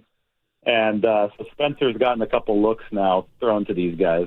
And it's not bad, and at some point maybe he could be a practice squad guy, and it kind of leads me to my question, David, which is, who do they go with on Saturday? What's the plan for facing the Raiders in preseason game number 2? Well, now that I think of it, because you mentioned it, they did not get good QB 3 and 4 play, to say the least, in the preseason opener. And my perspective is that, let me start with this. The quarterback situation for the 49ers is much better than it was last year because they're better at one. Purdy is just lighting it up. Purdy was awesome again today. He was 14 of 17 at practice. He couldn't have run up to George Kittle and handed him the ball in a better spot than he did on this streak pattern. I mean, it was a beautiful pass. But Purdy is playing great, and Mac Jones is an upgrade over Josh Dobbs and Brandon Allen, who were battling for number 2 last year.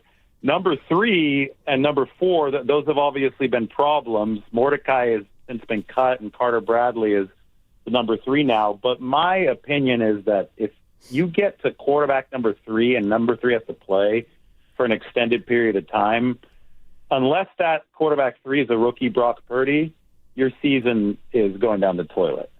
It's just that the 49ers saw the exception to the rule in 2022 when they had Purdy as their number 3.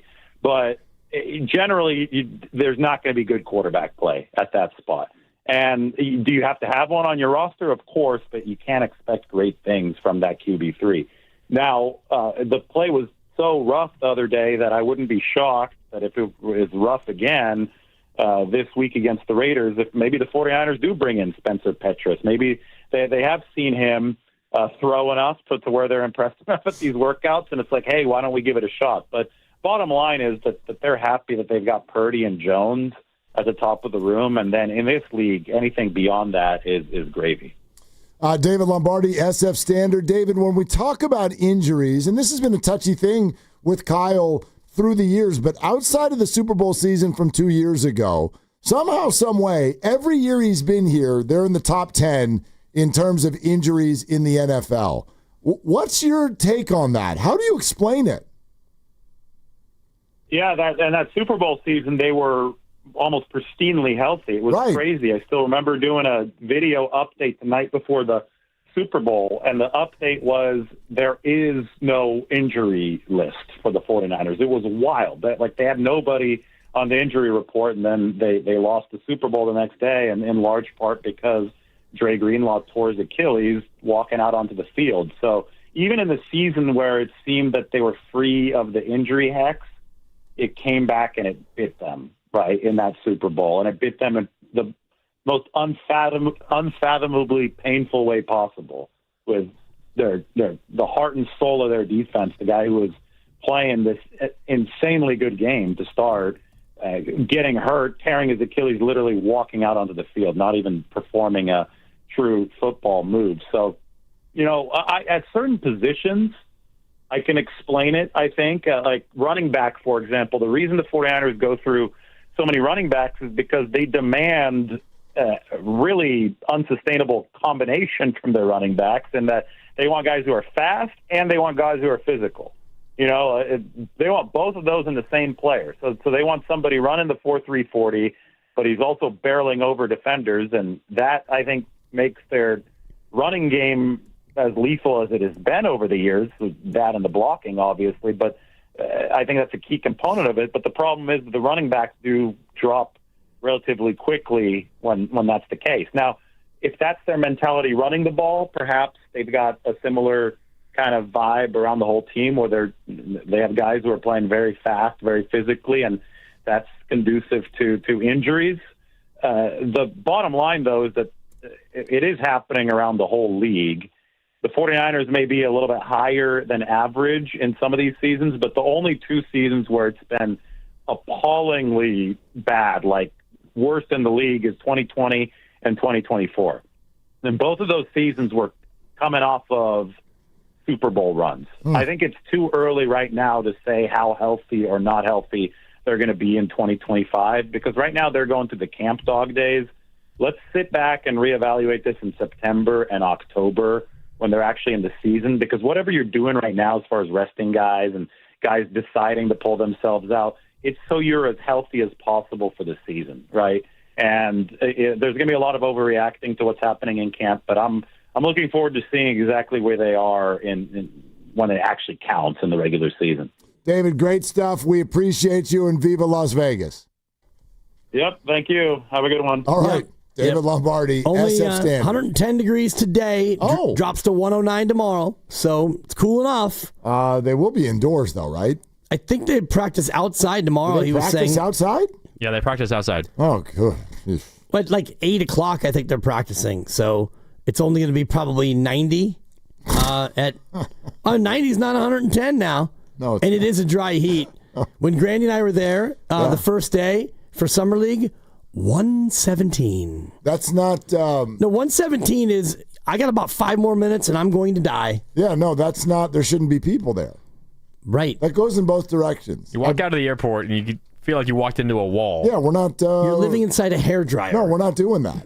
It's the reverse of how I felt when I covered that Patriots-Eagles Super Bowl in February in Minnesota. I'm like, these people are really nice, but I don't know why they're here. You don't live here. No. If you need to build walkways so that people can walk across the street without either fainting or having hypothermia, that means you're not supposed to be there. Pretty much. Just my opinion. My dad was born in the coldest spot in the contiguous United States. Where's that? Up in Minnesota, right outside of International Falls, a place called Cohasset. You catch a minus 15 there now, not counting the wind chill. Good Lord. Yep. All right, that was great stuff from David Lombardi.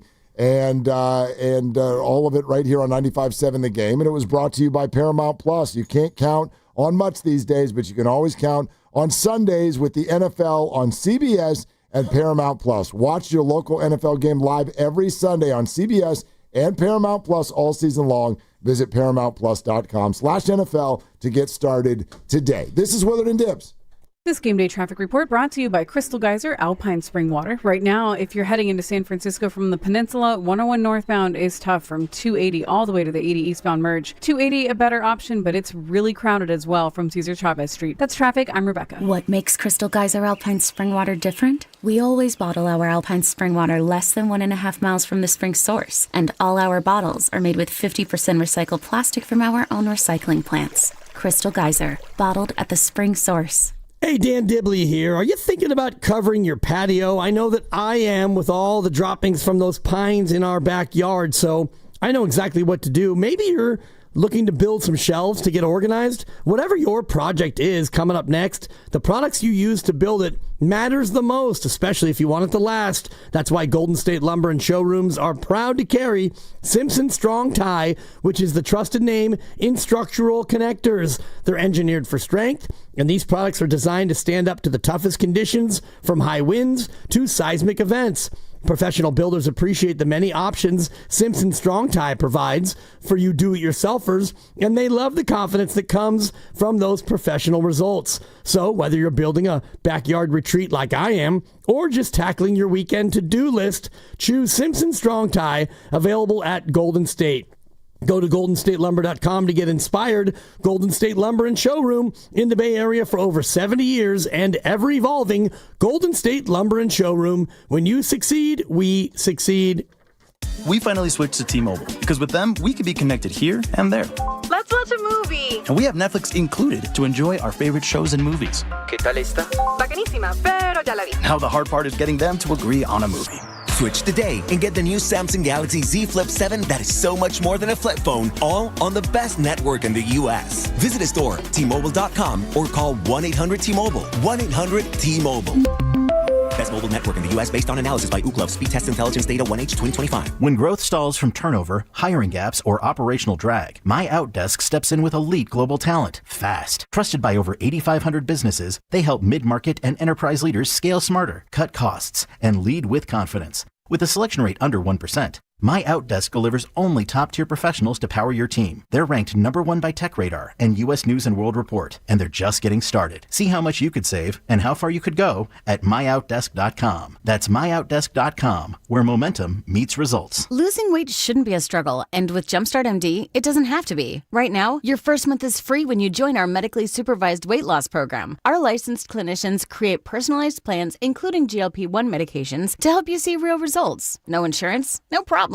We have options to meet your individual needs. With 13 Bay Area locations and online visits, expert support is always within reach. This first month free offer ends soon, so call 855-JUMPSTART or visit jumpstartmd.com to start transforming your health today. Well, we did it, y'all. We finally got the McDonald's snack wrap back on the menu. We broke the internet with our pleas, and now this iconic snack has returned for just $2.99. No, you're not imagining this. I'll repeat, the snack wrap is back at McDonald's for $2.99. Enjoy the taste of victory while you sink your teeth in the crispy chicken wrapped in a soft tortilla, because you deserve it. We fought. McDonald's listened. Now it's our move. Ba-da-ba-ba-ba. Prices and participation may vary. Cannot be combined with any other offer or combo meal. With the Pettinelli Financial Partners 10th Annual Tournament to Support Autism Society, San Francisco Bay Area, committed to providing resources and activities for local families touched by autism. Sponsored in part by Atco Pest Control. This year's event offers a chance to golf with 95.7 The Game favorites and local sports celebrities. Have your company co-sponsor the event or get details on how you can play. Search 10th Annual Pettinelli Golf at Harding Park. That's the sound of James adding long-lasting Gain scent boosters to his laundry this morning. Several hours later, James sniffs the irresistible scent of Gain on his shirt. Gain. Several hours later, James has even caught the attention of his mother-in-law, and she never gives him attention. Ooh, you smell amazing, James. Oh, thanks, Mom. I love you too. I never said that. Add Gain scent boosters to your laundry. Add joy to your day. Back to school is on the brain. That means new notebooks, pencils, new everything. And while the kids are getting ready to get book smart, it's time for you to save smart with Straight Talk Wireless. Switch now and get a free Moto G 2025 with 5G when you activate select plans. Now that's a smart call. Get Straight Talk covered by Verizon's 5G network. Available at straighttalk.com and Walmart. Offer valid through 10/19/25. Taxes and fees apply. Purchase of gold unlimited plan or higher required for offer. Must activate the plan in-store at Walmart. Cannot be combined with other offers. Oh, these polymers aren't as flexible as batch K3. Researcher Laurie is stretched thin. Did you get the vulcanization analytics from V66? Oh, wait, are these rubber scores from last week? She needs to hire new lab technicians so she can bounce back into her old self. I need Indeed. Indeed you do. Our matching platform lets you spend less time searching and more time connecting with candidates. Redeem your $75 credit at Indeed.com/credit. Terms and conditions apply.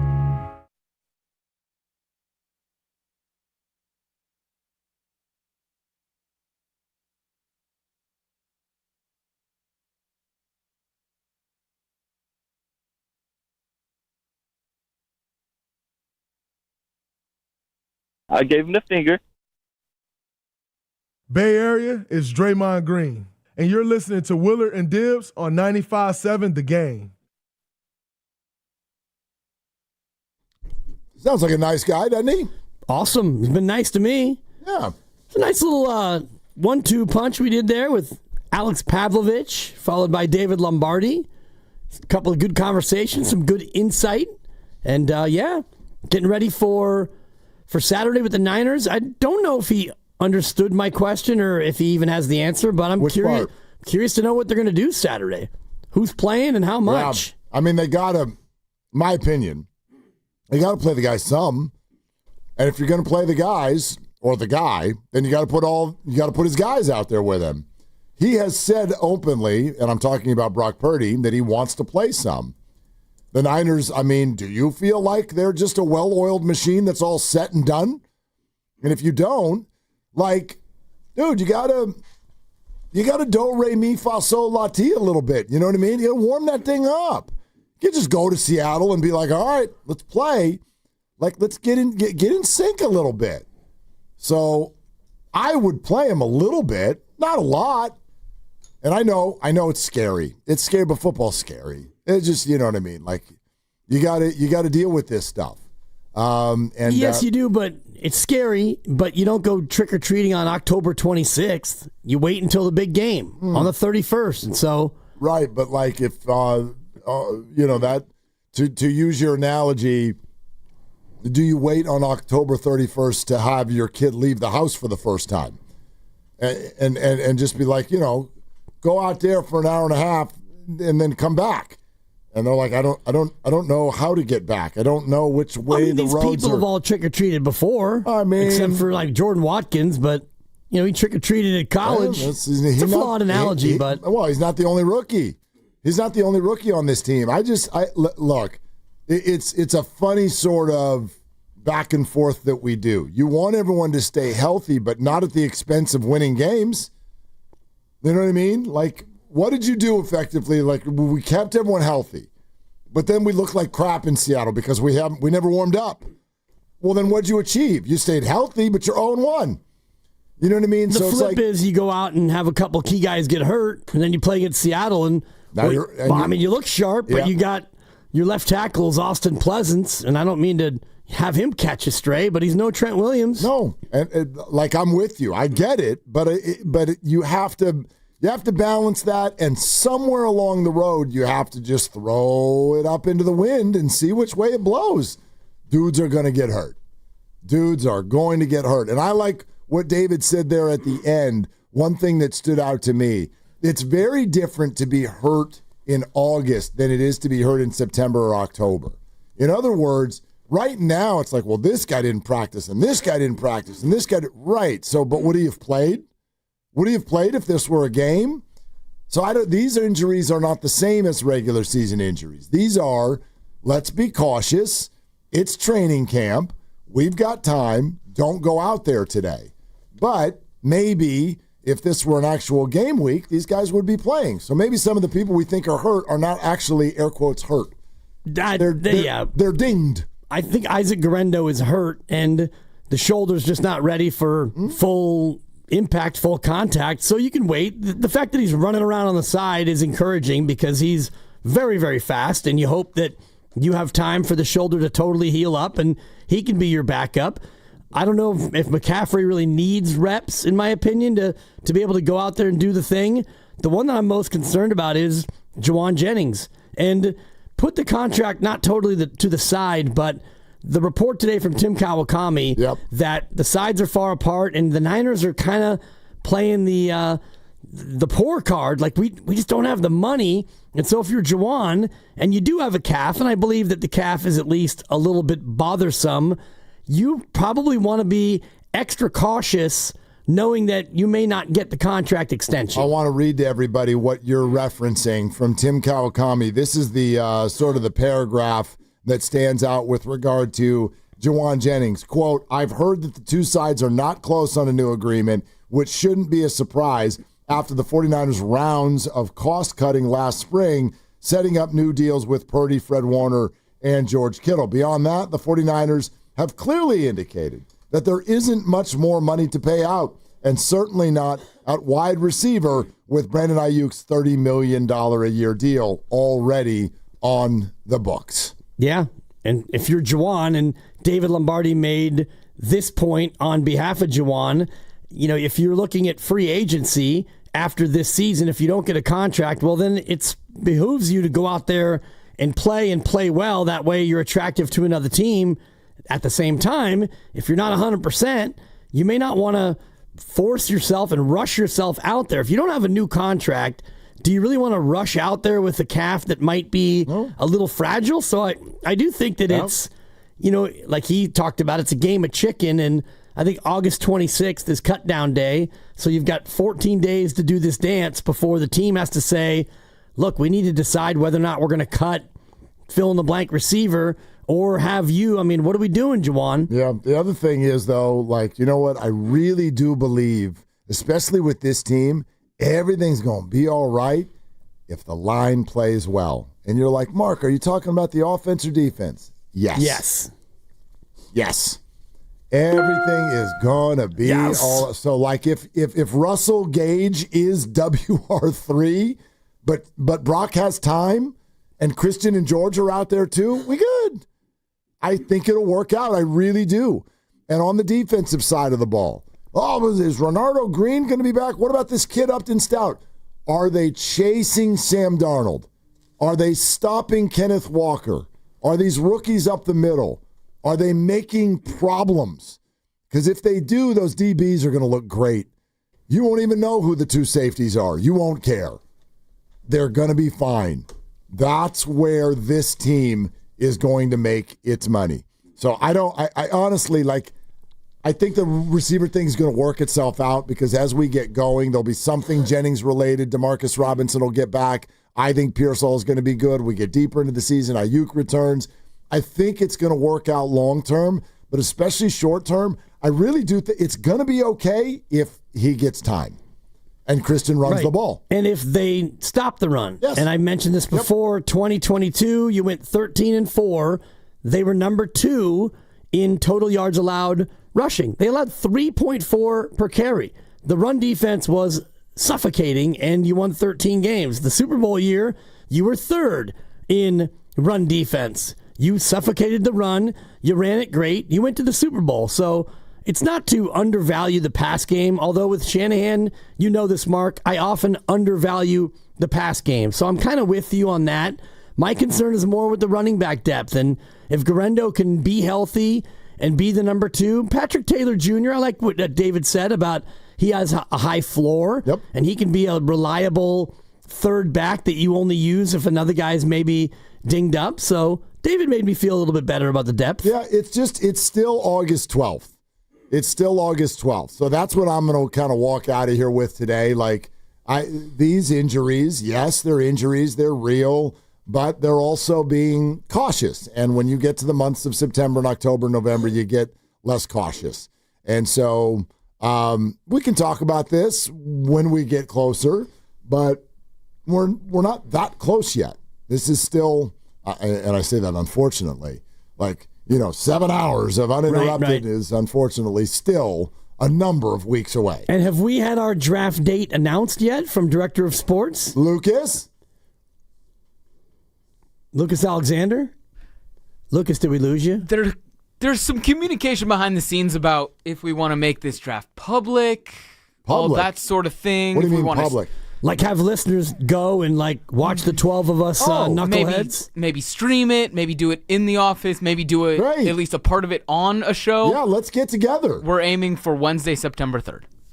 Wednesday, September 3rd. The day before the season opener. I know, but has the thing that we're doing that day been announced? Am I allowed to say that out loud? I don't believe it has. Okay. So you guys got a thing. You're going to be there too. I mean, I'm feeling left out. Is Grandy going to be there? Hopefully not. Yeah, probably. Whoa. Yeah. That just means I have to be here. Yeah, that would mean someone who's supposed to be there is not there. Okay. You'll be there. Oh, that's right. I will be there. Thank you. Bad. I'm like, this is not a secret. You know what we're talking about. I don't have my calendar in front of me yet. Right, Lucas? I can't say it on the air yet? That's right. It's firm. Why can't I say it on the air? All right. I've already seen him mention it on the YouTube chat. Yeah. Whoa. No, that wasn't me. That was the burner. Oh, boy. I'm not on the YouTube chat, so it couldn't have been me. No, it was me. It was me. I haven't been punished for it yet. No, it's not an oops. It's a flex. We'll see. I mean, if I did it, it'd be an oops. It'd be a Dan Day all of a sudden. Andy, what's coming up, Grandy? It's the crossover. Okay, the crossover. There it is. That's Grandy, everybody. I miss Goo. It's good to have him back. It is good to have him back. And Grandy's coming up with the crossover from today. It's brought to you by Fremont Bank. Here for you, here for good. Do you want to do it again tomorrow? Sure. All right. For Dibs, for Grandy, for Lucas, I'm Mark. Shoot your shot. That's all you got. Willard Dibs, can you lay out for a second? When businesses thrive, communities score. That's why Bank of America is the official bank of FIFA World Cup.